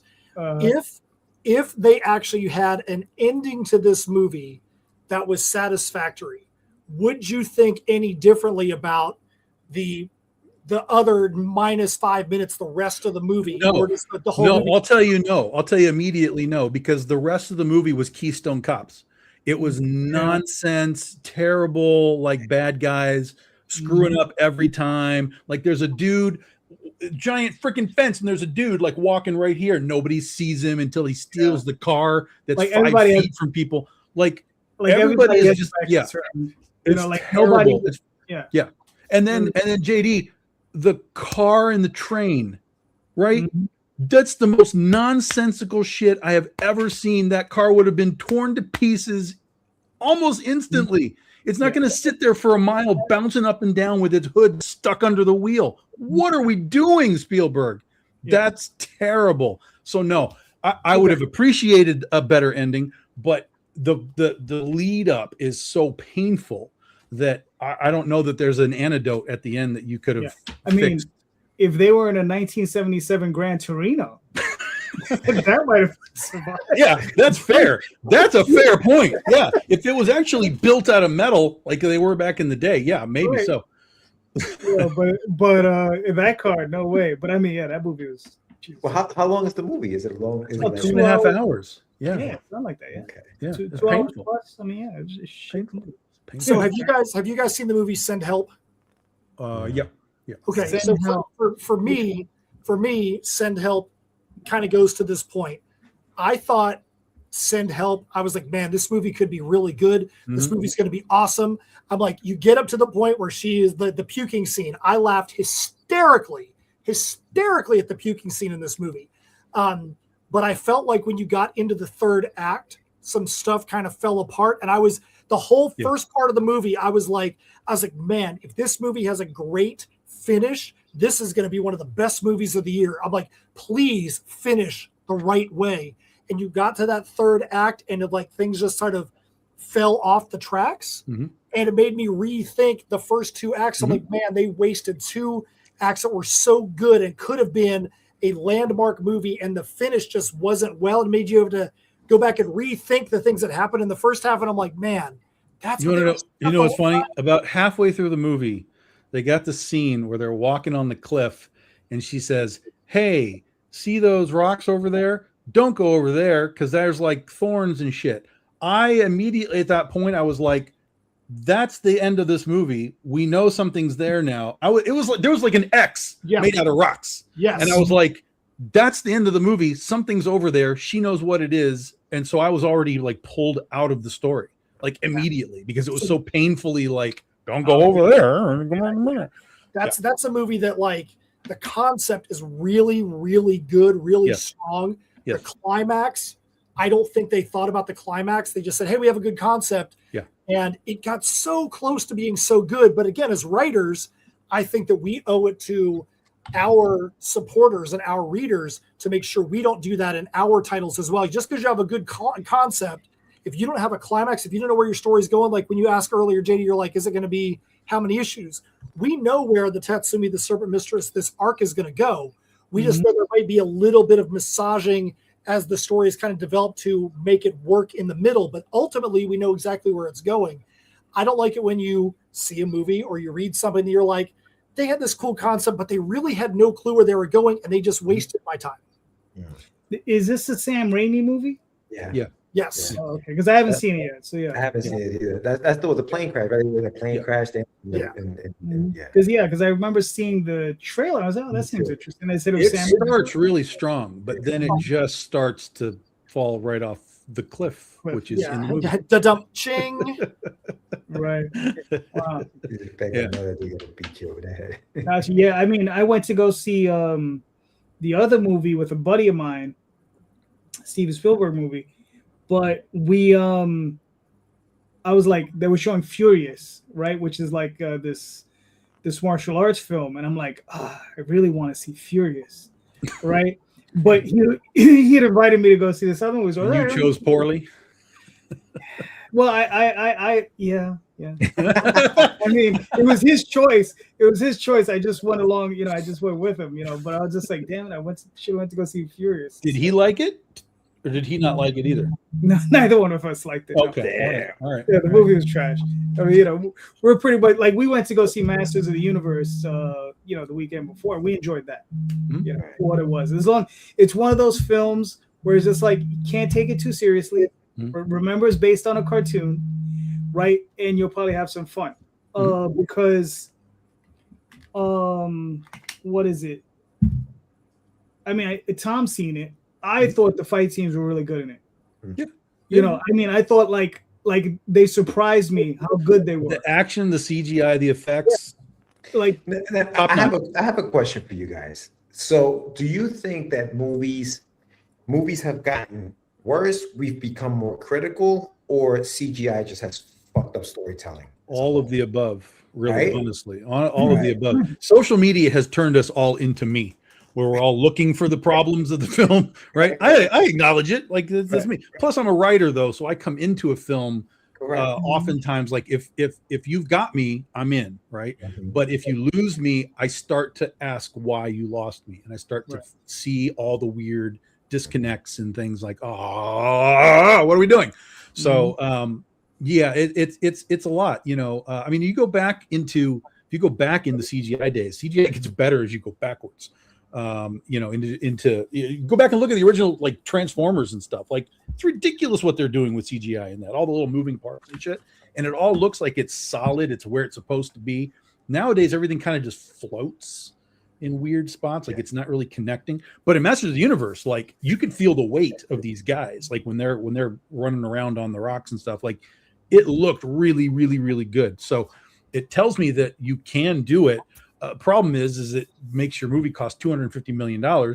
And you're going to have to really hustle to make that sort of a budget up. I think that I think that people like us that are writers, like Tom said, we're gonna look at the movie from a writing and a construction integrity standpoint. When you go to Hollywood, when you get to any point where you've got stocks that are being traded, and the only thing that matters is, can we get 25 more cents added onto the stock price? Yeah. At that point, it's not so much about the integrity, the structural integrity of the movie or of the writing. Is what can we do to get the best trailer, to get the best, literal bang for our buck in the theater, so that way people are going to go spend their money. And sometimes the story construction be damned as long as they've made their money. And to me, that's unfortunate, because I want to see a movie. I want to read a book. I want to see a TV show where that writing integrity is there, where it's going to last. It's not going to be something you forget about in 2 years, or the only reason it's going to get talked about is because of the problems with it. I look at The Burrows, the TV show The Burrows. If the streaming show, they just canceled it. It's at 97% on Rotten Tomatoes. It's an incredible show, but here's the thing. I am glad they canceled The Burrows, because The Burrows only is designed to be one season. If you watch that show, it wraps up incredibly at the end. I would even said when it got to the end, I'm like, there is no possible way that there can be a season 2 without either just using the name The Burrows and putting a whole new cast in there with a whole new thing. Every bit of reveal and whimsy and things like that were done. And I was like, I'm glad that this thing is canceled, because if they would have tried to move forward, it would have wasted a great series and turned it into just a money grab. So shockingly, they didn't just go with the money grab. Yeah, but see, also you have to remember, people have to really realize ratings do not equal viewership. And these streaming platforms, they're canceling shit because nobody's watching this shit. It doesn't matter that a handful of people are like, we love it, yay! Like, that's great. But if nobody's actually watching it within their context of like, we need so many millions of whatever viewers, if no one's watching it, they're going to throw it out the door in an instant. A lot of these Marvel things, a lot of these Marvel TV shows, people get all up in arms because, they're like, oh, this is such a great fucking show. Why is there even talk of canceling it? Because nobody's watching it. If you look at the viewership, the Nielsen ratings, that kind of stuff, the viewership is like in the toilet. So they have to have a sense of, okay, like X-Men 97, right? People really liked it. But viewership was really, really, really low. But within the context of like Marvel and stuff like that, they also know that like, okay, there's the show, but then the show advertises comics, the show advertises merchandise. We want them to buy Wolverine pajamas. So there's a different sort of life cycle for something like that versus like the Burrows. So those things can kind of hang on as just, we'll do it for a couple seasons to advertise our brand, and then we'll do something else. That's why a lot of times you see like those Justice League cartoons get canned and people are like, oh, it was so great. Well, nobody was watching, but it'll come back in a new form somehow, and they'll remind you to buy Superman pajamas again. So, Yeah, I mean, what's funny is I was thinking along the same lines when it came down to Masters of the Universe, because they've already announced they're going to do the second movie. Yeah. Really? And it's through Amazon. And I'm like, they're probably going to bump it up on Amazon Prime. A bajillion people are going to watch it, and they're going to bump it in between commercials of toys and underwear, underoos, and God knows what. Masters of the Universe is going to blow up on streaming. I think it's going to be monstrous on streaming. Yeah. And I mean, and the thing is people are just going to buy merch, and you're already on Amazon. That's where you're watching it. So that's where you're going to probably buy it. And that's what they're relying on. They're going to sell. Well, we only made $200 million in the theaters, or $100 million in the theaters, but we're going to make $2 billion just selling toys, Like what Steph just said here is actually very interesting. When she's like, agree with Tom. If anyone thinks these platforms are keeping shows because people talk online how much they love it, that's not how it works. The only time you see a lower viewed show that does come back is when they get canceled, and then there's the big outpouring of you got to come back, we got to get it somewhere. So at that point, even though the viewership was low, there was some kind of public outcry that was large enough to bring it back. So, yes, there has to be some kind of fan base that's going to give people a reason to want to bring it back and spend their dollars to make the stock price go up, to make those investors the money. Yeah. A show that reminds me of something similar to that. Schitt's Creek. You guys heard of Schitt's Creek? Oh, great show. Great show, right? I was trying to put like family members onto that show for a while. I was like, dude, you got to watch this. It's fucking hilarious, right? It wasn't until Catherine O'Hara died that they were like, oh, let me check this shit out. And they loved it. You know what I mean? It's that, and sometimes that's what happens, right? Like something tragic has to happen. Somebody dies in the show or something, happens that they start watching the show and they realize how good that fucking show really was. You know what I mean? Yeah. Well, it's like when 80s singers and musicians die, right, and all of a sudden their old music goes skyrocketing on iTunes because they're like, who's this guy? And people are buying all that shit up. They're like, oh yeah, you found the good music. Good. At least you're here now. Yeah. Yeah. I have no opinions, by the way, just in case you didn't notice. No opinions whatsoever. None whatsoever. None. All right. I got a quick question for you guys. What's a single work that you've read or viewed or whatever that you would say impacted your creativity? Single work. It could be anything. George, why don't you go first? It's funny you mentioned Mary Shelley. Frankenstein, the not just the book itself, but like the story behind the book, how she was sitting down with friends telling stories. Yeah, her husband and Byron. I think that was one of those works that I was like, yo, man, and I read that shit when I was like in school, so I had to read it. It wasn't like I just picked it up because I just like to read. No, I had to read that shit. But when I read it, I was like, wow, this is dope. And how did this come about? Wow, this girl was a freaking genius. Like, she was like 19 when she wrote it, 18 when she wrote it. So I think that's one of those works where I was like, you know what? I can tell stories like that, right? Fuck it, I'm just gonna tell some stories. So that definitely had a huge impact on like how creatively I decided to tell stories. And it's basically just sit around a campfire and tell stories with your friends, man. That's what writing is, right? Just telling stories amongst friends, something that you guys want to kind of like tell. So I think that's probably the work that did it for me. Cool. I think there's a couple of things that have over time have clearly influenced what I do. I've talked about it before. It's just movies in general.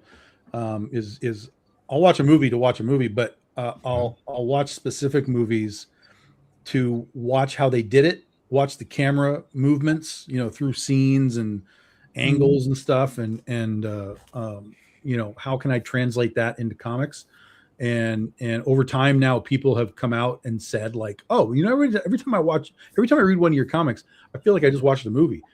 Yes, because that's the whole point, is I'm trying to bring that sort of experience to the page. And you'll see a lot of like letterbox style stuff in my comics too. Like I use that format, through my stories to move characters back and forth and around. So there's that. But then in a comic sense, Stefan Sejic and Sunstone changed the way that I really understood dialogue. Like his dialogue is so sharp and so organic through the series, from the characters to each other, to other characters and back and forth. His dialogue is so great. Every time he puts out a new book, I always kind of just tease him. I'm like, God damn it. Now I have to, get better again, because you blew my mind with how you do this dialogue. It's so great. Has he ever told you how he does it? Like what he, like how he works that? No, I've only just recently sort of had a relationship with him, because he did a cover for me just recently. I'd love to be able to pick his brain at some point on conceptualizing things and where his dialogue comes from. Hopefully I'll get that opportunity sometime, but for the time being, I just kind of study what he does, and I try and use that really organic You know, we're in this sort of culture where everything kind of has to be like snippy and snappy and meta, and I'm just like, that's trash. I hate all of that. Bring me back to just organic, real people saying real things, and that's what we try and do in our books. All right, cool. I mean, listen, I guess we all have a reason to hate Joss Whedon, right? Because that's the first place. I mean, there's him, there's Quentin, right? Tarantino, but I think that's a different level. That's a different level, yeah. You know, and then, you know, and unfortunately infected the Marvel movies, and that was it, man. It's just all over the place now. Well, I also blame a lot of that kind of stuff on things like Mystery Science Theater 3000, where everybody's got to have a quip about something. And it's just like, oh my God. That's why I think people, this modern age, this is why I think they talk in theaters all the time and they fuck around, because Mystery Science Theater 3000 taught them to do that. Like, it's going to be funny if I say a thing when a thing happens. Like, no, it's not. I'm going to slap you in the head. Shut up. Yeah, I've never watched it. So, Yeah. yeah, I've never watched none of it. All right, Matt, what are your thoughts? So for me, I'm going to bring up one that I don't know if you guys have ever heard of, but there's a show. It was on Netflix called Travelers, and it's a 3-season show, and it's one of those that's similar to Terminator in the sense of an apocalypse has happened and there's a future society and they have to go back in time to try and correct things that happen to affect the outcome of the future. So obviously one of those weird time loop things that when you try to think about it, it's hard to even understand. But that show did such an incredible job of never doing the gigantic information dumps to get you to understand how it all worked. I believe it was 4 people were sent back from the future to the current times. And as you're doing different things, they would just be walking down the street. And one of them would say, talk about, oh yeah, that's just like what happened in 2077 when this, blah, blah, blah. And you're like, okay, cool. They just gave me a little tidbit of information that I can go put with that other tidbit, and I can build the entire scenario. Oh, you can only go back this far. You can never go back farther than where you were the last time.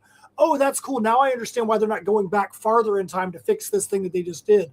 And if you get to the end of the 3rd season and then you go watch episode 1 of the 1st season, the show loops perfectly. And I was like, dang, I'm like, they did such a good job. And so it was really good to see somebody have this long form construction that they made stay true to itself, but also showed you how to take a very complicated subject and give you all the information you need without being like, here, we're going to spend 3 episodes of just information dump and bore the crap out of you and then get on with the story. They found little ways to put it in there while the action was happening. Mm-hmm. No, yeah, that's really good. I mean, that's one of the things that I found in film when I was going to film school, and the teachers were constantly explaining is like, look, you have to tell a story in the background, right? You have to tell that story. Like one of the things, like one of the scenes that was always enjoyed, Fifth Element, right? You're in Bruce Willis's his studio apartment or whatever that thing was, and on his mantle are all of his awards, right? And you see him and his buddies, you see all these different pictures. If you're not paying attention, you're just gonna glaze that over and just be like, oh, whatever, right? But if you actually look, you can see all of the military. So when the military commander, the general, comes out and offers him that job, you're like, oh, he really can do all this stuff. You know what I mean? And he is qualified like that. He's not just this goofball, And I found that very, very interesting when you see stuff like that in film. It's something we can do in comics too. Whenever I have the wherewithal, I tell my artists that make sure you get this in there, get this in there, get that in there. It's just one of those things, yeah. But to answer my own question, I've answered this before. Daredevil 168 is one of those books that I found it when I was like 12 or 13. And it was the first comic I ever read that I was like, yeah, if I write comics, I want to write it to this level, right? And I'm still chasing that, right? So screw you, Frank Miller. I say that with all the respect in the world. Another one is Swamp Thing 43, and that was another one where it's that's the one where the guy finds like that piece of Swamp Thing, like a tuber, and he chops it up and it gives like, and it heals people, but it also gives them like a psychedelic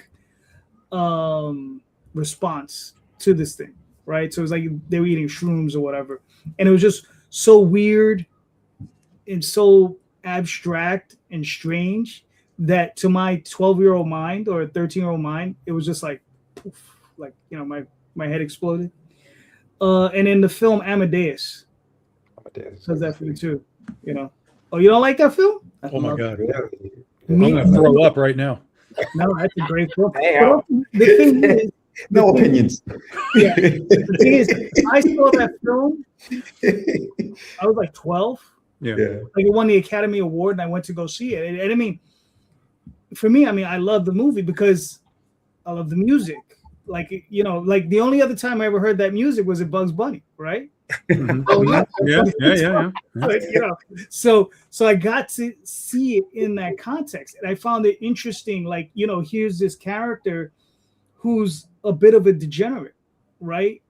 But he makes things of beauty, right? So it goes to show you that character doesn't necessarily affect talent or skill, right? And those are the things that I pulled from that. Like, you know, that then you have Salieri and the way he reacts to this. You understand, where he's also a skilled conductor and he's also very successful. And despite that, he cannot let go of the fact that there's this guy that he recognizes is better than him.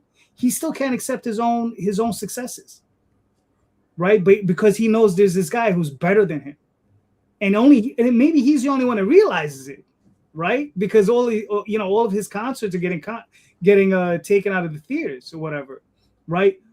But Salieri is there, and he's just like fuming. He's like, "How dare this son of a bitch be better than me," right? And those are the things. Those are the concepts that I got. That's you. You're angry at Frank Miller. Yes. Yeah. For sure. Son of a bitch. No, I'm not. If Frank is like one of my literary dads. So, you know, like Isaac Asimov, you know. So yeah, I mean, that's how I view it. All right, gentlemen, we made it to 2 hours. Thank you so much. This was awesome. Let's start with Tom. Tom, where can we find you and your work? BigDogInc.com. Get your books. If you ordered any of the Oz Kickstarters over the last few months, all that's going to be getting to you within the next 2 to 3 weeks. It'll be all sent out to you. And then I'll be on the road going to San Diego Comic-Con for the first time in like 10 years. I'll be at the Antarctic Press booth. We'll be basically celebrating Critter there with them. We'll have some cool Critter merch. We'll have some exclusives for the show. And yeah, that's the next couple of months. All right, cool. Mr. Knowles. So obviously the place we want you to go right now is to tinyurl.com/Tatsumi3 for the campaign that's running for the next 4 days. I know JD's going to get up there because he said he collects trading cards. JD, there are 9 different trading cards. There's a 7-card foil set that's going to probably be limited to 50 that's in there. And then there's a couple other, and there's the metal card. I mean, JD, come on, you want this in your collection. You want it in your life, JD. But no, we really are psyched and happy about the way this campaign is performing. We want to see if we can continue that momentum all the way through the end. Think Pirates of the Caribbean and the live action One Piece meets martial arts heroines. Once again, it's tinyurl.com/Tatsumi3. But you're like, Matt, I want to see what else you guys do. Go to linktree.com/InSymmetry Creations, INSYMMETRY Creations. You can see about all of our other titles, the metal music videos. You can go read all the different movie reviews and articles that Steph has written for sites like Fangoria, Horror Buzz, The Daily Jaws, and others. And you can get to our newsletter, all kinds of fun stuff like that. So those are the 2 main places that you want to go to see about what I do at InSymmetry Creations. Cool. George? Go to getyourmeds.com. Check out my books there. Also go to Kickstarter. I also have that Kickstarter running right now, the Shameless Plug, which ends June 23rd at 8:30 p.m. I have a podcast as well that I do with a buddy of mine, Sam Vera, called Catch the Craze. We're going to be ending the campaign there. So check that out. And yeah, man, thanks for having me on the show. And good seeing you guys, man. You guys have been fucking amazing. Yeah, for sure. All right, cool. George, it's always a pleasure. Yeah, thanks, dude. So, you can find me on Kickstarter, Instagram, all those different places. Actually, next Friday, I will be launching Dreamweavers #3. I can't help myself.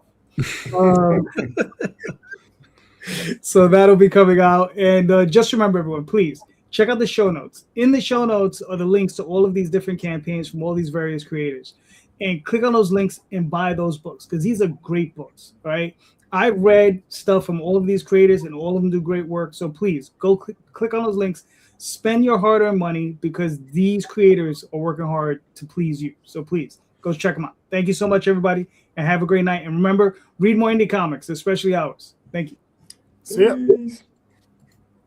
All right.